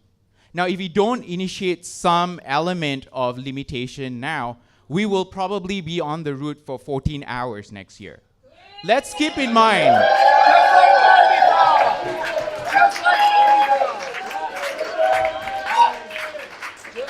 And not everybody wants that. Not everybody wants that. Again, we can talk about this. Let's talk about some of these ideas later on, especially when you have the debriefing session. Accessibility of the route. I think earlier Carl mentioned that there was accessibility to the route. Julian, you didn't answer the question. I asked you, and others have asked you, who is going to determine that I will not march Unless I have a band on my wrist. So we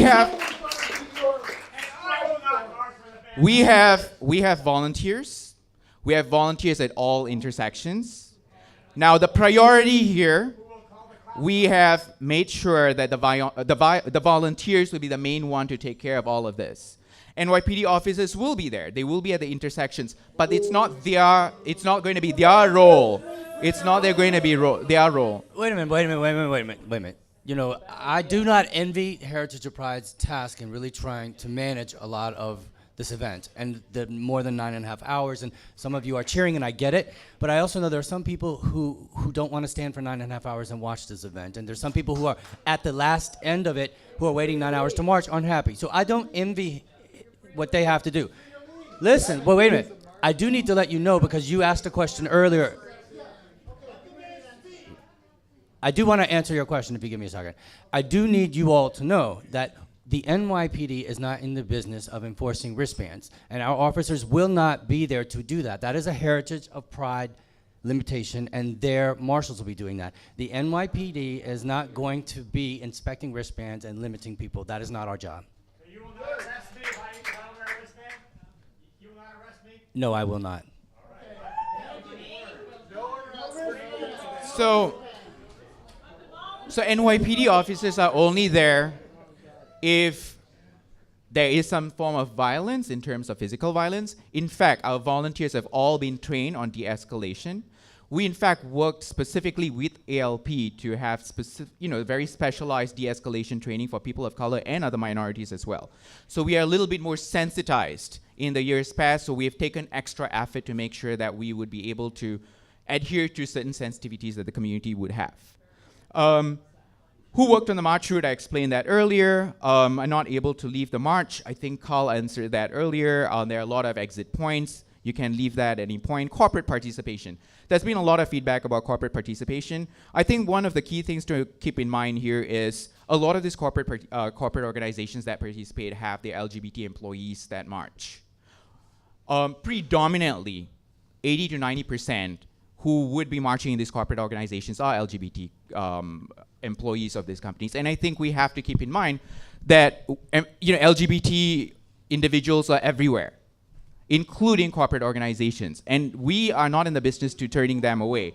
Also, let's keep in mind that between 65 to 70% of those who march and who are registered, the groups are nonprofits and are community groups, not corporate organizations.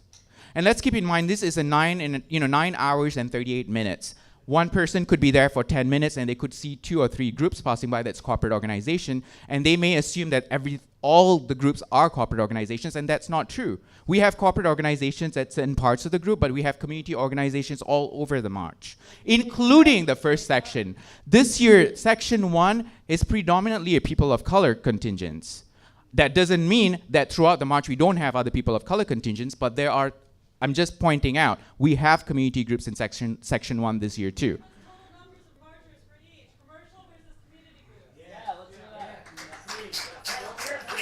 So, I mentioned earlier, we have 43,000 marchers. Because of the limitation that we have this year, we have about 65%. So you can do the math.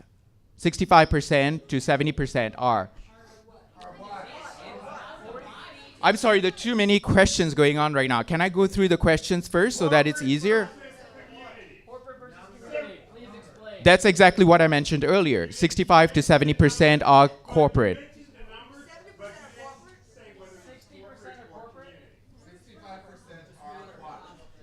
65% are community groups and nonprofits.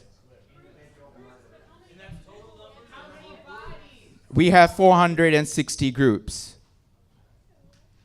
We have 460 groups this year. Let me just pull up the stats. I can give you the stats. Give me a second. I'll give you the stats. So we have about 286 nonprofits. We have about 57 corporations. So that's what we have right now.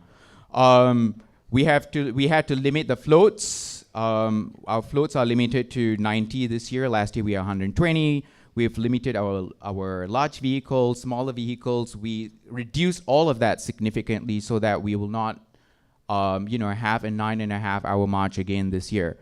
Now I'm going to move on. There are a lot of other questions you've asked, and I want to make sure that I'm able to cover that. We only have another 11 minutes. Again, I have a lot more questions to cover. I want to cover that. So when did we start working on the permitting? I mentioned earlier we started working on the new route as early as December 2016. Submission of permit happened after August 2017 because we try and put our permits in by December, and so that's around when we finalized.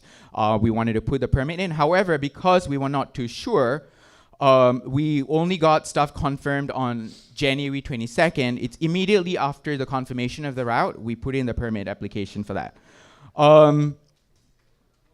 Will the route be the same again next year? I mentioned earlier that we are going to have debriefing sessions. Based on this year's route and based on the experience that we have this year, if there are certain pain points, we will change. If there are more feedback about why this can't happen and why this would need to be changed, we are open to ideas and suggestions. We're going to be working with a lot of different people, so I'm not promising that this will be the exact same route next year. Why were the meetings canceled? So there was a lot of feedback earlier about meetings being canceled. There was only 2 meetings that were canceled. One was a committee meeting. That was a committee meeting that we planned internally. When the meeting was canceled, we didn't know that some of them from RPC were attending. We didn't know that. However, we wanted to have a closed-door roundtable meeting. We postponed that. We wanted to initially have a closed door with a few leaders only from RPC and ourselves. The reason why we postponed that was a few days before the meeting, we received a letter of demand. And I know in my conversation with a few of you, you expected answers during that roundtable, but we were not able to give answers at that point in time. So we decided this will be a better session to have a town hall where we can actually have it a public forum and everyone can ask questions, and it will not be a closed door event. So I just wanted to make sure that I'm able to clarify that. Yes, the resistance is going to be at 3 p.m. Last year, I would like to point out, we put you right in the lead. Now you're not you're not at the end. The resistance in section 7 out of 15 sections. Keep in mind, we have a lot of other marchers who have specific messages. We have trans individuals, we have elder LGBT individuals, we have we have children, we have all sorts of people with different types of messaging who are also marching before and after you. We want to also prioritize, we are giving enough coverage to everybody. We have to be fair towards everyone. There are 285 other nonprofits, and they all have other messages that they also want people to hear. So I think it's important that you keep in mind that you are in the middle of the route, the middle of the march, you're not at the end. So we understand your messaging is important. We believe in your messaging. We know how it feels like to be sidelined by this administration. So that's why we're also trying to give you enough visibility by allowing your groups to register this year. Now, Corey, I have pretty much covered whatever questions I can from Hop. There are a few more questions I would prefer NYPD to answer. Some of these questions I know you had were over policing, your safety concern with barricades, arrests of people of color, formal apology for Stonewall, not to have uniforms, and policing at the pier. Now, I'm not at liberty to answer all of these questions. I'm going to just turn that over to NYPD to be able to answer those questions. Good evening. I believe I answered the barricade situation before, but I'll answer it again. All right. You're welcome. We use the police barricades, and I classified that the Heritage of Pride March is probably in the top 4 events that we do in Patrol Borough Manhattan South. With 2.2 million people, that mirrors basically the 4th of July, that mirrors the New Year's Eve, as well as the Thanksgiving Day Parade. The same amount of cops that we use for the 4th of July, for the Thanksgiving Day Parade, and for Heritage of Pride is basically the same. So there is really no over-policing. It's just the Heritage of Pride. The Heritage of Pride Parade is a very long route. And I'm sorry, the Heritage of Pride, the march. it. The march is the length of the march is very long. We have police officers as we would police any other event in New York City. We don't add extra police officers to police this march. What I asked specifically about the barricades was why you choose to use the metal interlocking barricades that are more dangerous for people with disabilities instead of soft barricades like wooden barricades that we would be able to move more easily and get through.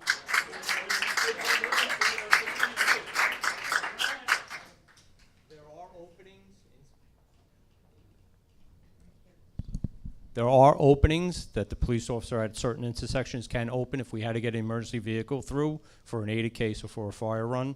But most of the barriers are along the curb line. This is 2.2 million people that attend this event. There's 45,000 marchers. There's residents that we have to be concerned about. There are businesses that we're concerned about. It's a long event. It goes 9 hours and 28 minutes, I believe Julian said.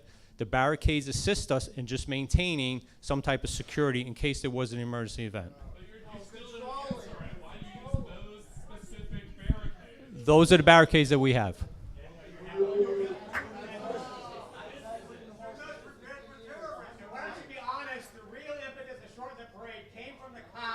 Saving police overtime costs. That's the shortening of all the parade that came from you to save money. That's the only reason you're shortening the parade. Heritage and Riot laid down and accepted that. Bullshit. They're not prepared for terrorism. If a bomb blows up, where's it going to go? They're going to be trapped in there. Yeah.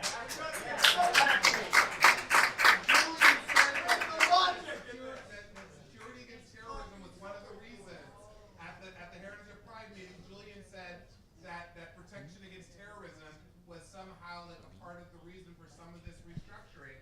And if terrorist act happens, there's nothing that any of this restructuring or route changing or barricading is going to do to stop it. Yeah, exactly. So I don't even know why counterterrorism is even here talking about this, because there's nothing counterterrorist about it. Okay? It's about controlling beings, lives, and controlling our movement, and controlling what we can do and where we can turn the corner and where we can cross the street, just because you guys like to control people. That's all. Okay, we have a few more questions, and then we're going to have to wrap up. Julian.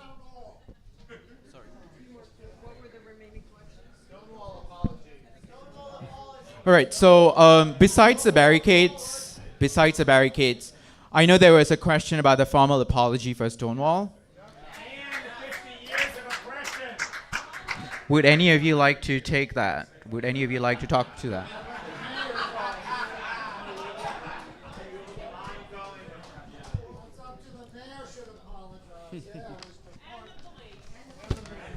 Wait a minute. Don't laugh. I'm not afraid to speak.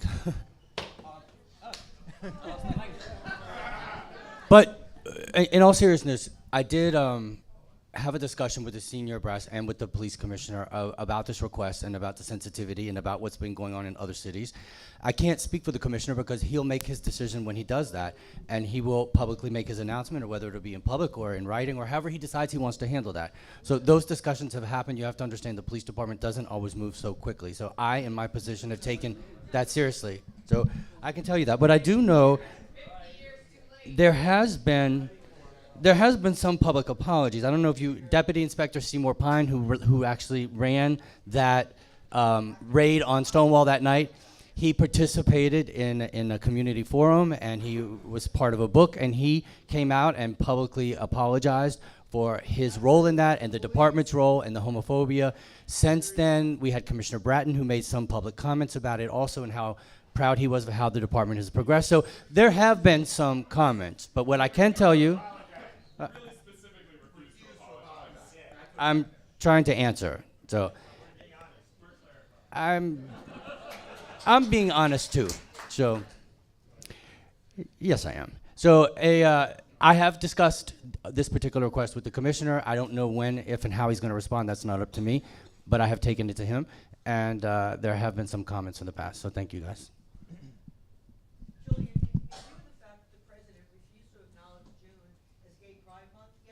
Yeah.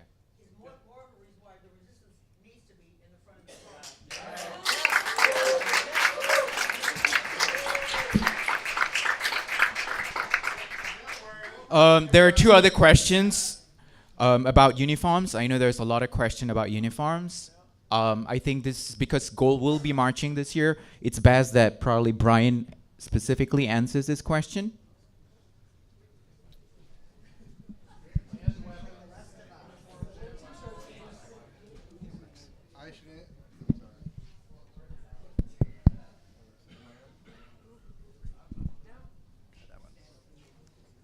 I'm sorry. I should answer the question as to where the resistance should march? No. Oh, okay.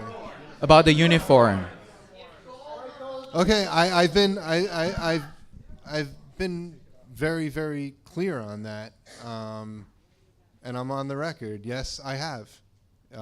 I can email you the Gay City News article that Duncan Osborne wrote, that people risked their personal safety to found this organization, met under the threat of imminent attack, under a bomb threat. That's how much that people did not want this organization to start. They fought for 15 years. When they marched on Fifth Avenue in their T-shirts as goal, the cops turned their backs, the horses turned their backs, so the horses' asses were facing all of them. Their personal property was destroyed, their lockers were turned over, and they went all the way to federal court to get the same right that every other group inside the police department has. What do you want? What do you want? This isn't. I'm working to change an oppressive institution, Callan. Yes, I am. Yes, I am. Time out. No. I'm a queer. You're queers. Let's talk queer to queer for a few seconds. Okay. Well then it's clear to me. No. Then it's clear to me. It's clear to me that there are people here that don't want to engage in dialogue, that don't want a discussion, that don't. No. It's not. That's not a dialogue. That's not a conversation. Brandon, I sat with you in Brooklyn. It took 6 months of everybody talking about meeting with me, meeting with Goal. Since I've been the president of Goal in January 1st, 2016 is when I can accept responsibility for. And I have said publicly many times in many places, and my remarks are written, and we will gladly release them, that I believe that communities of color have been left behind, not just by the institution of policing, but by many elements and people in our own community. I've said that publicly. I've said it in police headquarters with the executive staff sitting right in front of me. Okay? I'm not done. I want to speak from my heart. I'm not sitting up here with any kind of prepared remarks. I'm going to talk about what Brian feels, okay, as a queer, and what I feel my role and responsibility is, and what I'd like to do. And I'm sorry. I am sorry to the people in this room,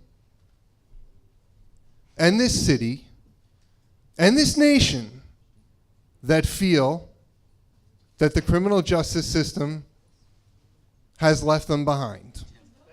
And that the criminal justice system is not for them. I get it.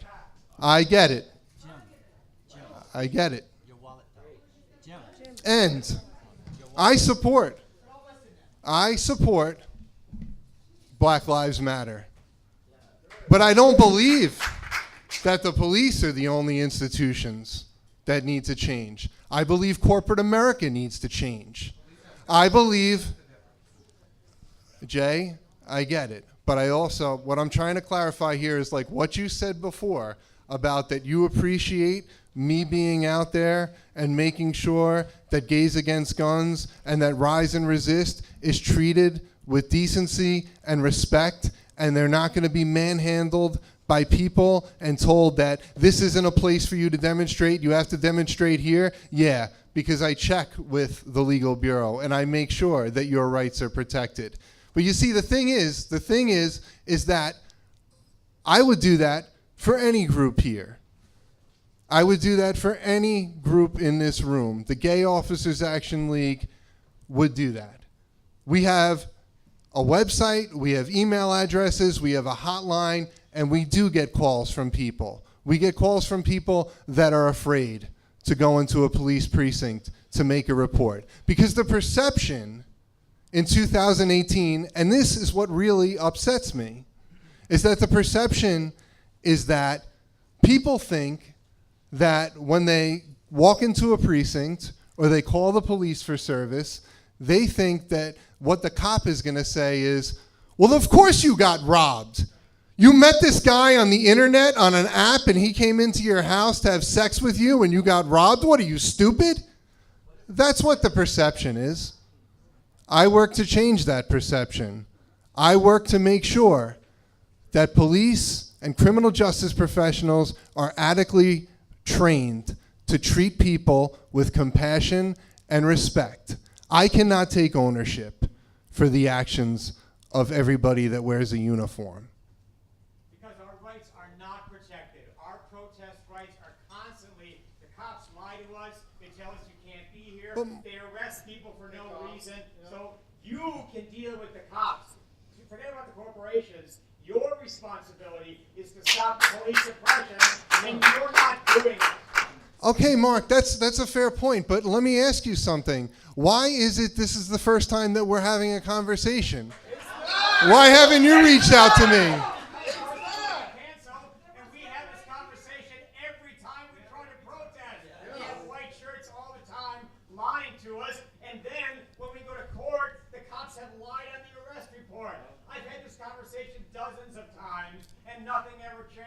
This is the first time that I've been in the same room with you, and that's unfortunate. That's unfortunate. I was invited to participate. With queer cops. With queer cops. And the organizers also... Try to listen. We understand you. I, as a gay man, understand you. Okay? But please, listen to what Mark is saying and go home and think about it and talk to the straight... I think about it every day. I think about it when I wake up in the morning. I think about it when I go to bed. And anybody that knows me knows that. And these people... My job, yes.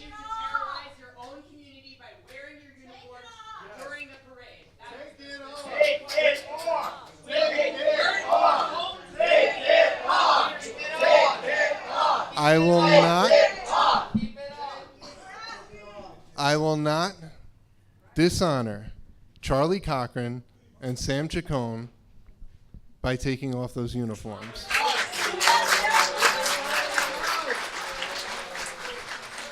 All right, thank you, Brian. I'm going to keep moving. I have one more question here, which was about policing at the pier. You have mentioned that part of the reason you wear it is because police officers risk their lives to be able to wear it, and I fully understand that. I think part of the problem, and part of why we want to know the specific actions that you've taken to improve the police standards with our community, is because many people in the city feel as if they are risking their lives just being around police. So what we're asking is for you to consider that, and understand that if you are trying to reach out to the community, if you are trying to be a force of security, that this is like a basic olive branch to say, we are trying something, and I think that many people would appreciate it. Jake, thank you for the feedback.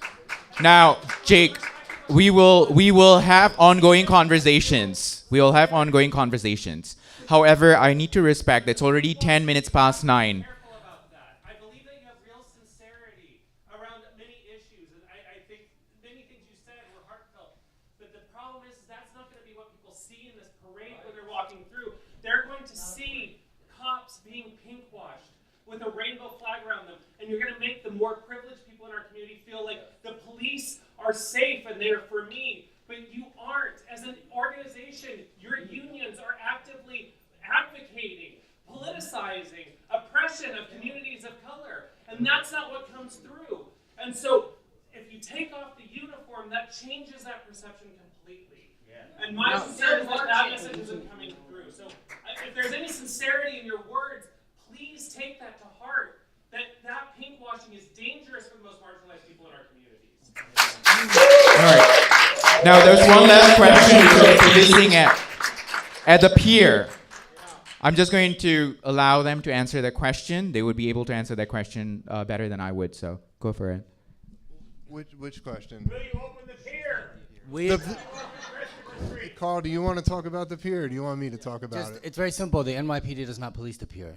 It's the Hudson Park Reserve. How about Christopher Street? Will you open Christopher Street? Christopher Street is going to be open. Christopher Street is barricaded off. Nobody can go on it. Will you reopen Christopher Street equitably, as has been the case for 50 years? Will you reopen Christopher Street? Christopher Street's open. No, last year there were barricades. You asked if Christopher Street's going to be open. It's going to be open west of 7th Ave, west of Bleecker. Thank you.